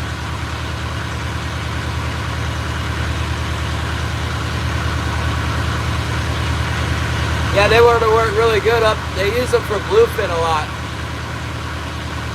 But they put them in the freezer, so they'll have them. I don't know whether they'll sell them to the bluefin boats or whether they'll use them when trying to keep, you know, just have them try them every once in a while. I don't know. They got them now though.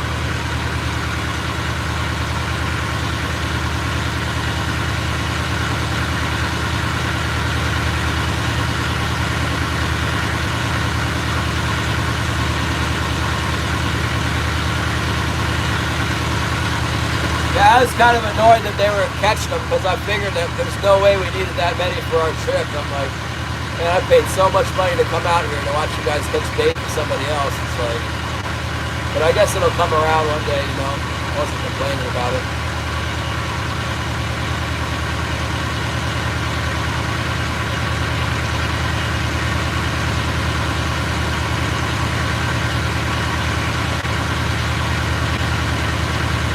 Yeah, they came in abundance. There was a big abundance of flying fish. There was an abundance of the scad mackerel the same way. There was so many scad mackerel. And they caught scad mackerel and they put them in the live tank. That night they caught some big squid and they caught a bunch of big scad mackerel, and we did get yellowfin on the kite with the scad mackerel. With the live mackerel.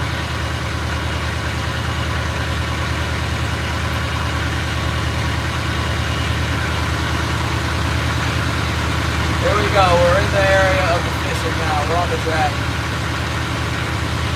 Inside of 50 fathoms, coming along the edge of the island. See if there's anybody home.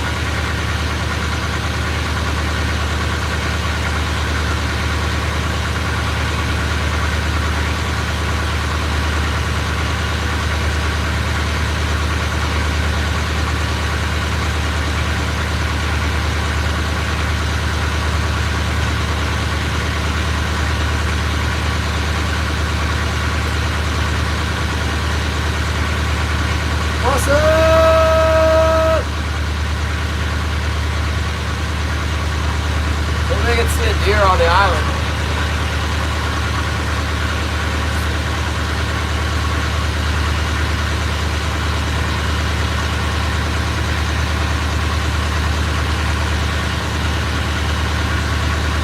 I was kind of wanting a deer hunt back here. There's more deer on this island, so it's harder to get here.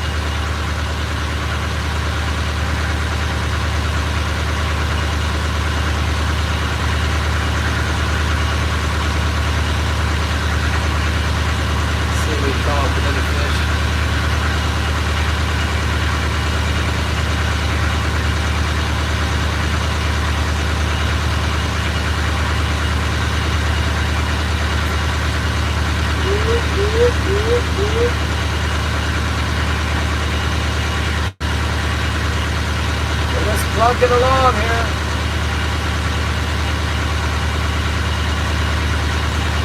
Super dead fishing today.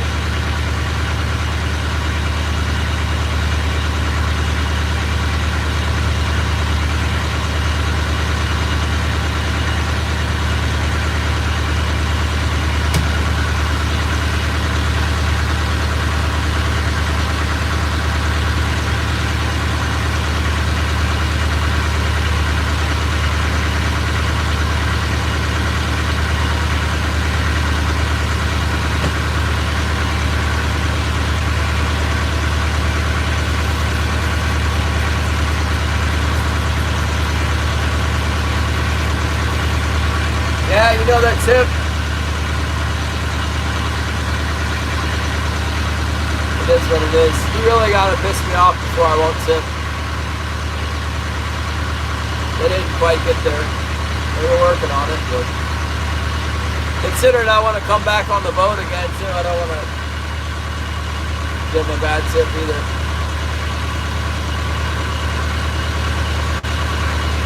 They gave me a kite fish at the end. I don't think it was even my turn. Nobody was around. Again, it was like at the end of the trip, all those old guys, they were like, they're just done.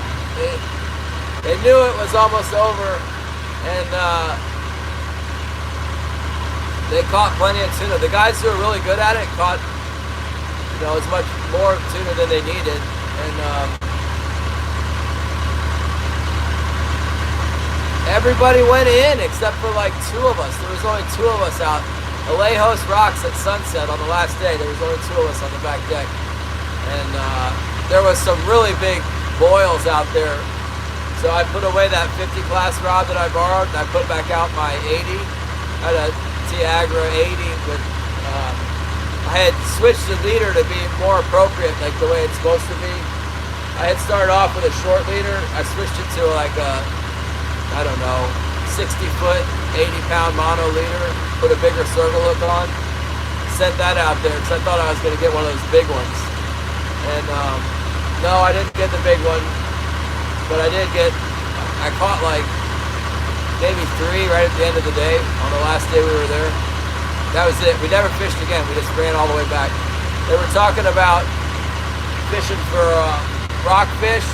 Oh, you know what? I take that back. We did troll. We trolled where they were catching all the wahoo and the mahi on the last trip on the way in.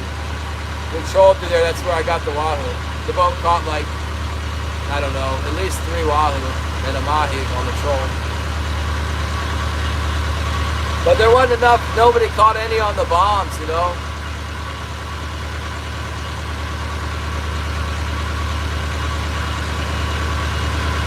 Some of those guys were really, really good at what they were doing.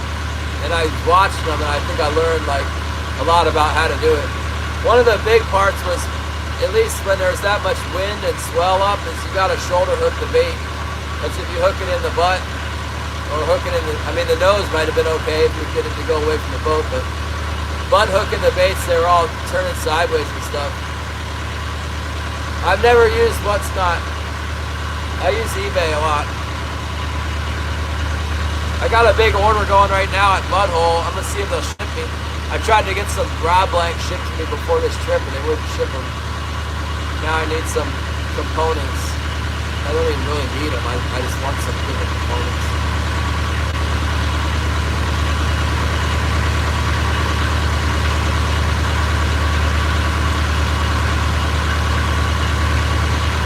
Yeah, I don't know. It was really cool though when you let that line out there and the little fish is running out, when the tuna picks it up or the wahoo or the mahi or whatever bites it, man. It's so exciting. I bought a really fancy reel. This to be just like the reel I got. I was looking for the same reel, but there was a guy there, Caesar, and I watched Caesar does like a bunch of tutorials and stuff, and he's like a reel rep, and it was a rep for Daiwa and Accurate, and I mean the guy really knows what he's doing apparently. Anyway, he was at this tent sale they were having. Yeah, no, they wouldn't accept my location. Yeah, anyway, I was talking to Caesar about the reels, and I was like, so about the, you know, I was using the Makaira, and I asked him, like, what would be the equivalent to the Makaira? And he was like, this reel right here is the equivalent. And I'm like, well, what's, you know, is one better than the other? And he's like, at this price point, they're all really good. You know, once you're spending 600 and some bucks on a reel that size, it's gonna be really good. On What's Not.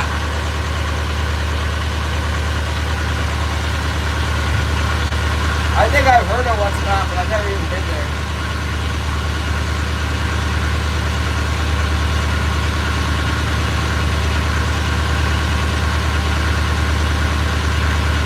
See if we can get bit. See if we can get bit along the Tuna Island here. Sure seems like the fish came and went pretty quick while we were gone.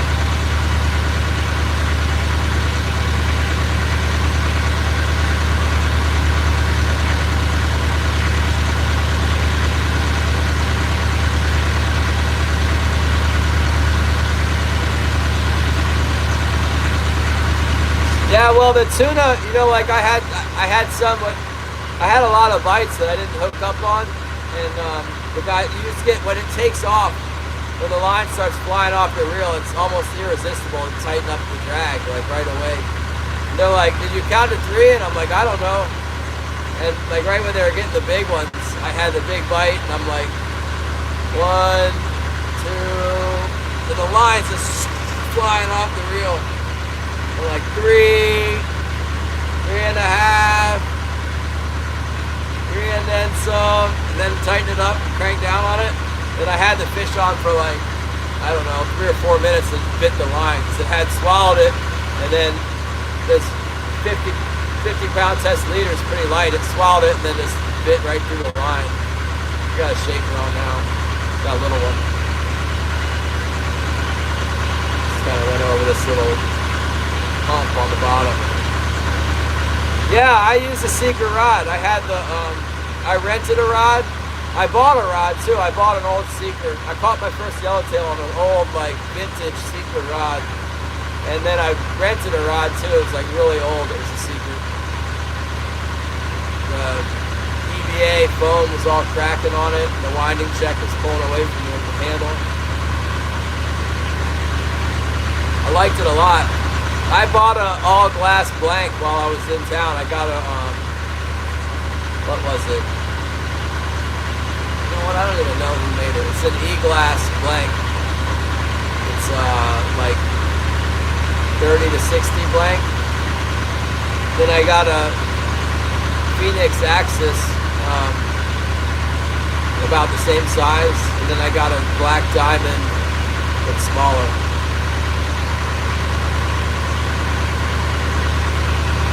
The biggest fish I had on the trip pulled the hook at the end. Well, I don't know if it was the biggest one, but I fought it for the longest. Next year I'm going to have everything. I'm going to set the drag with the scale and all that so I can put the maximum pressure to it without breaking them off. Letting this fish pull on it for a little bit, hoping it attracts another fish that's bigger. It's good that we caught one pretty much right off the bat here, going down the side of the island. It's bad that it's not like a 20-pounder. But we got something. Let's go reel it in. See what we got. Maybe it's on the ball and it's just pulling straight down and it'll be a sneaky keeper. It acts like a little one. Maybe a 20-incher like I did the last time.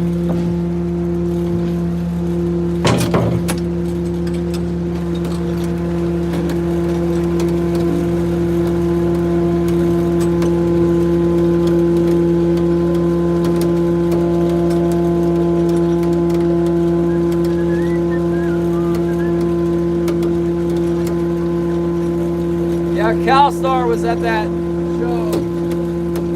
They had a booth in the show there.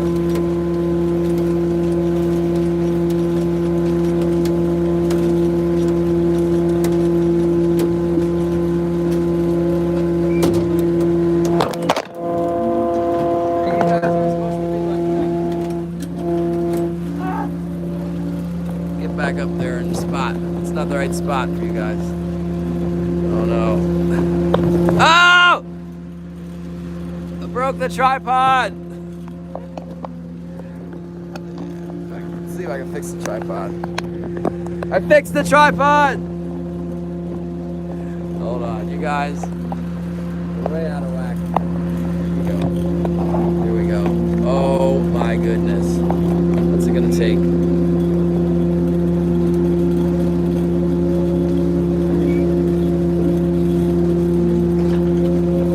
Kind of looks like the water's cleared up a little bit. A lot of fresh water in there. Got like a tannic skim on the top.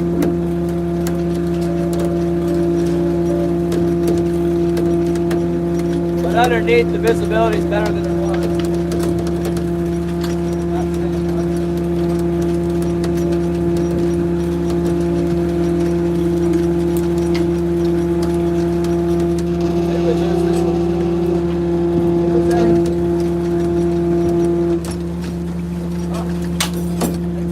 I did lose it. It wasn't big enough though.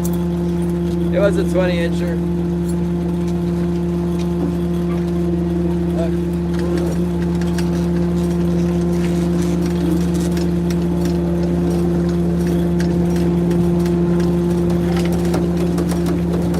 I think it was on the bottom.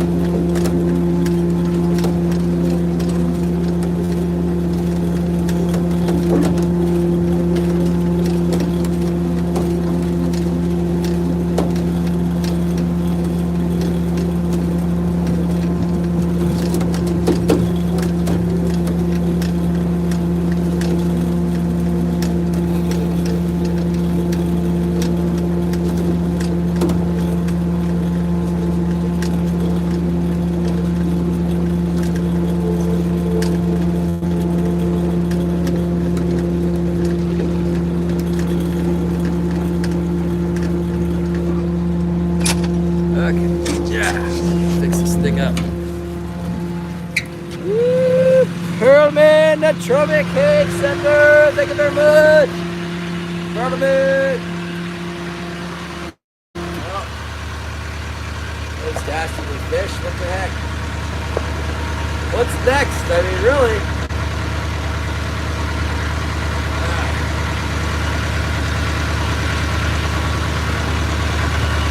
Well, I was setting up all the, you know what? I left the rod on the boat, and then I was freaking out at the hotel. I'm like, man, this whole trip is so expensive. The tackle is so expensive. It's like, I don't even mind buying expensive tackle. It's like, I don't want to have to buy it twice for no good reason. The next morning, I emailed the manager of the trip, and yeah, it was somehow I got left on the boat, and the crew brought it to her, so I went and picked it up. But yeah, I did. I bought I think it was $360 rod. What you call it? It was Phoenix Axis, whatever. It was like 60 to 100 pound Phoenix Axis, and that was nice, heavy outfit. I put my Tiagra 20 on it, ready to kill any fish, you know. So when I bought my blanks, I got another Phoenix Axis. It's a Chinese made blank. It's a composite, so I guess it's got fiberglass in the tip, and then it turns to graphite in the handle, or carbon fiber, or whatever. So like if you bend it, the tip bends, and then it turns into like a really stiff towards the butt section. And I also bought a fiberglass rod blank in the same weight category as the I don't know, 30 to 60. That's the 50-pound class tackle is what we ended up using. The fiberglass rod, the whole thing is like, it's heavier, and it's a little thicker, and the whole thing is like, well, it's not thicker at the base, but it's real woo. And then if you like bend it on the floor, the whole rod bends. The whole thing bends like a wet noodle. And then I got the black diamond blank. Both of the heavier blanks I got are like 7, 9, or 8 foot-ish. And then the little black diamond blank I got is like maybe 7 foot, I don't know. Maybe 7'6", and it's much lighter. It's like 2040 or 1540 or something like that. I had a real light jigging rod, and I sold it. This Navy kid I met on the half-day boat really liked it. He wanted to buy it, and I needed to get rid of like some rods so I could fit all my stuff in the rod tube. So I sold it to him, and I basically gave him some of these other rods, because I bought used tackle. I bought this used stuff from Squidcomb.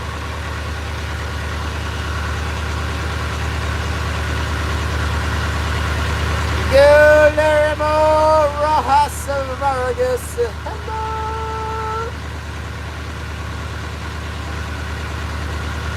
Come on, fish! What the heck, man? We're trolling all over here, not catching nothing. I saw that one. Wasn't big enough.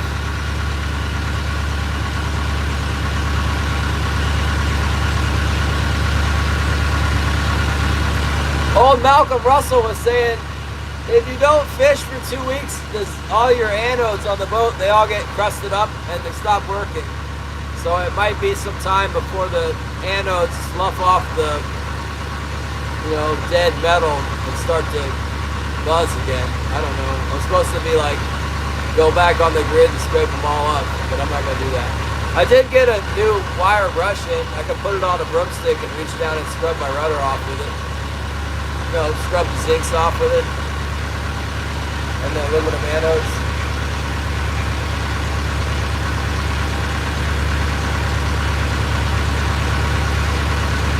It's raining. Can you guys believe it? I might lose you guys because it's raining. I'm guessing Killian hasn't gotten any. Sometimes the fish are in one place or the other, but it's like, if there's not any fish around, there's like not any fish around. It's time to go deer hunting. Usually around Thanksgiving, some fish come to the bar, and then it's on for the rest of the winter. Just gotta wait for the weather to get out to the bar. Killian's out fishing, but I don't know if he's out fishing. He hasn't caught anything either, I don't think.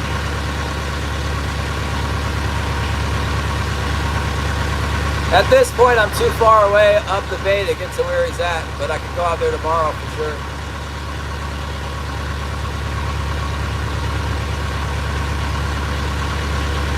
If he doesn't catch anything, I'll probably go deer hunting tomorrow. Try out my new deer call.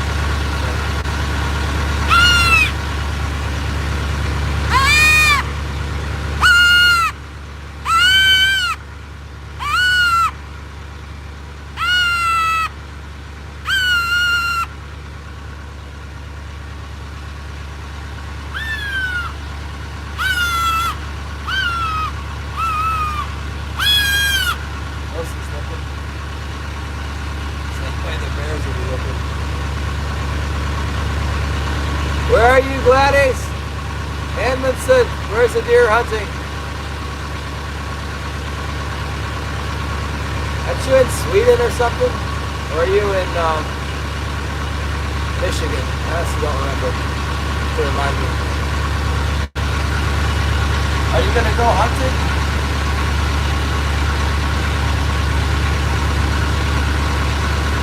Holly says she doesn't know if she could shoot a deer.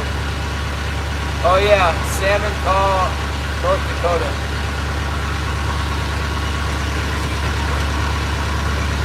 Well, I'm deer hunting right now. It's open. It's only open for 30 days here.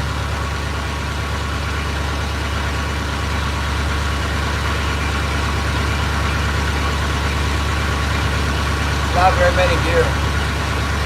Lots of bears.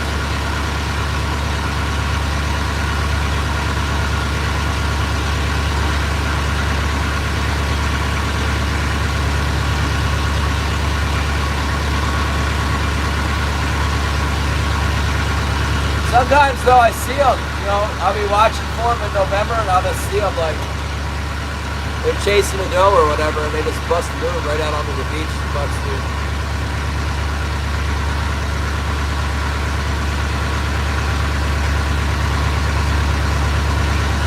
Coyotes would probably like that deer call. Come on, Salmon. What the heck?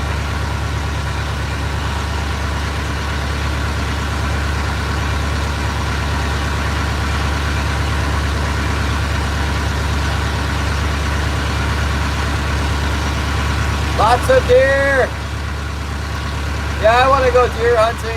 That's a vacation idea I have. I was trying to talk Holly into like, here's my master plan. She's on to me though. Next year I go on the 8-day Tuna trip. And then Holly brings down my deer rifle on the airline and we get a rental car and drive back up through Oregon and deer hunt in eastern Oregon in the Cascades. And then also go to the hot springs where Holly can soak in the hot springs water. We'll combine hot springs and deer hunting. But she's on to me.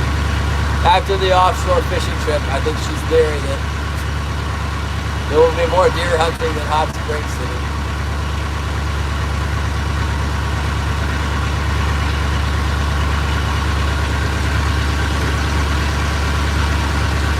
Come on, King Salmon! I don't see any feed on the bottom in here. There's not enough feed.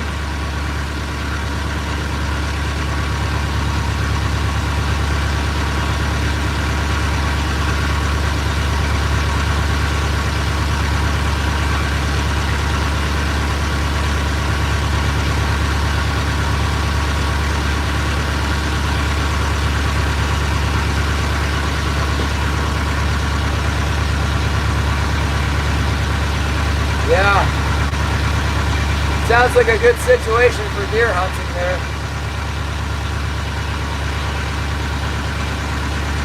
Gotta be able to get one for sure.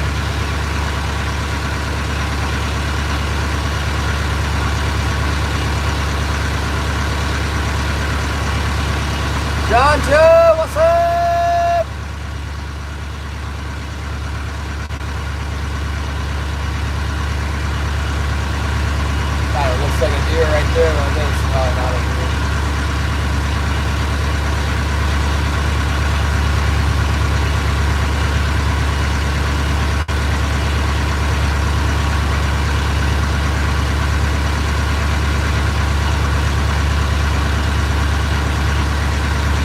Yeah, I should go deer hunting. I can take the kids. They can do all the work. I make the kids get the skiff off the roof. Maybe they got some kayaks or something, so I don't have to put them in the skiff. The skiff's kind of lame. Not good for more than one person.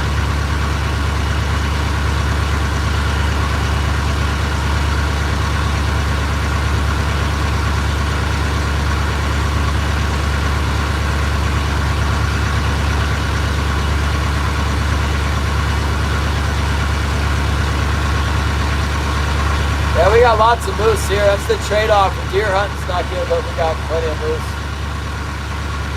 And bear. If you want a brown bear, that's all you want here. Black bear's a little harder to get, but we got those too.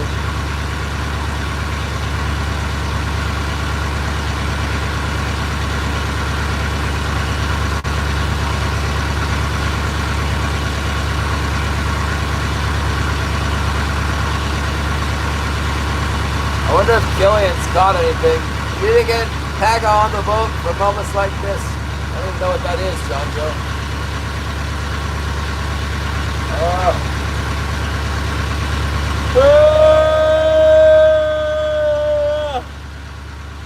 Oh, hunt game like a hunting simulator? I'm not simulating the hunt, I'm actually hunting. Look, here we go, you ready? We're hunting now.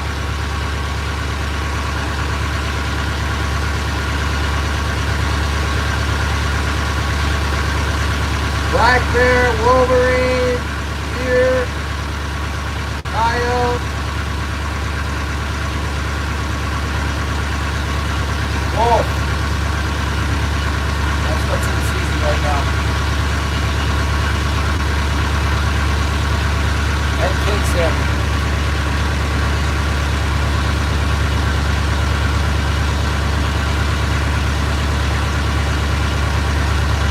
Really dead right now. It's kind of like a body of fish. Either it's in or it's not in. It's just apparently it's not in right now. Yeah, king salmon.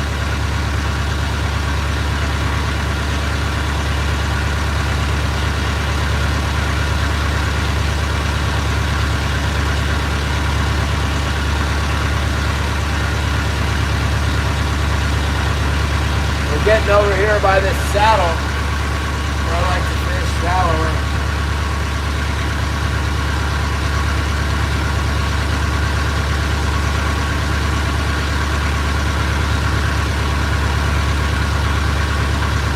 We're over by where we caught that 21-pounder the other day.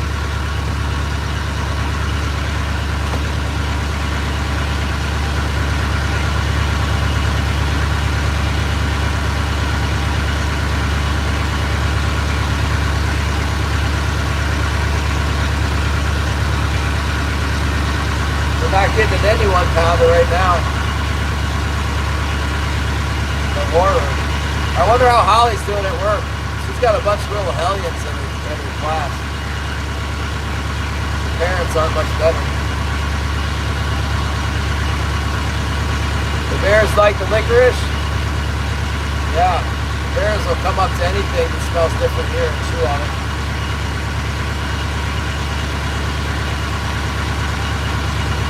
Little tiny red dot on the bottom could be a fish.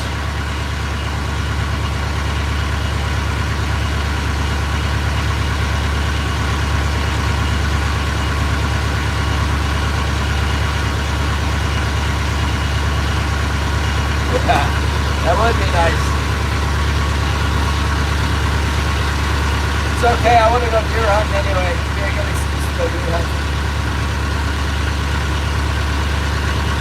Let Killian find a fish.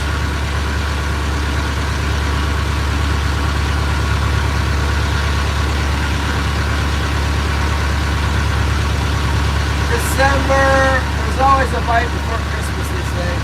Sometimes November's good on the pinnacles. It needs to calm down a little bit. Whoa, Gary!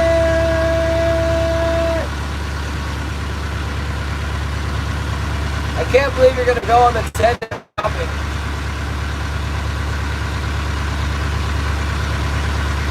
Deer hunting fun. Yeah. go home and reload some ammo.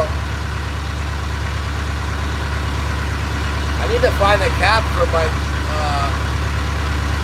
I need to go shoot my 6.5, I guess. I have it sighted in with no suppressor. It shoots like 4 inches off.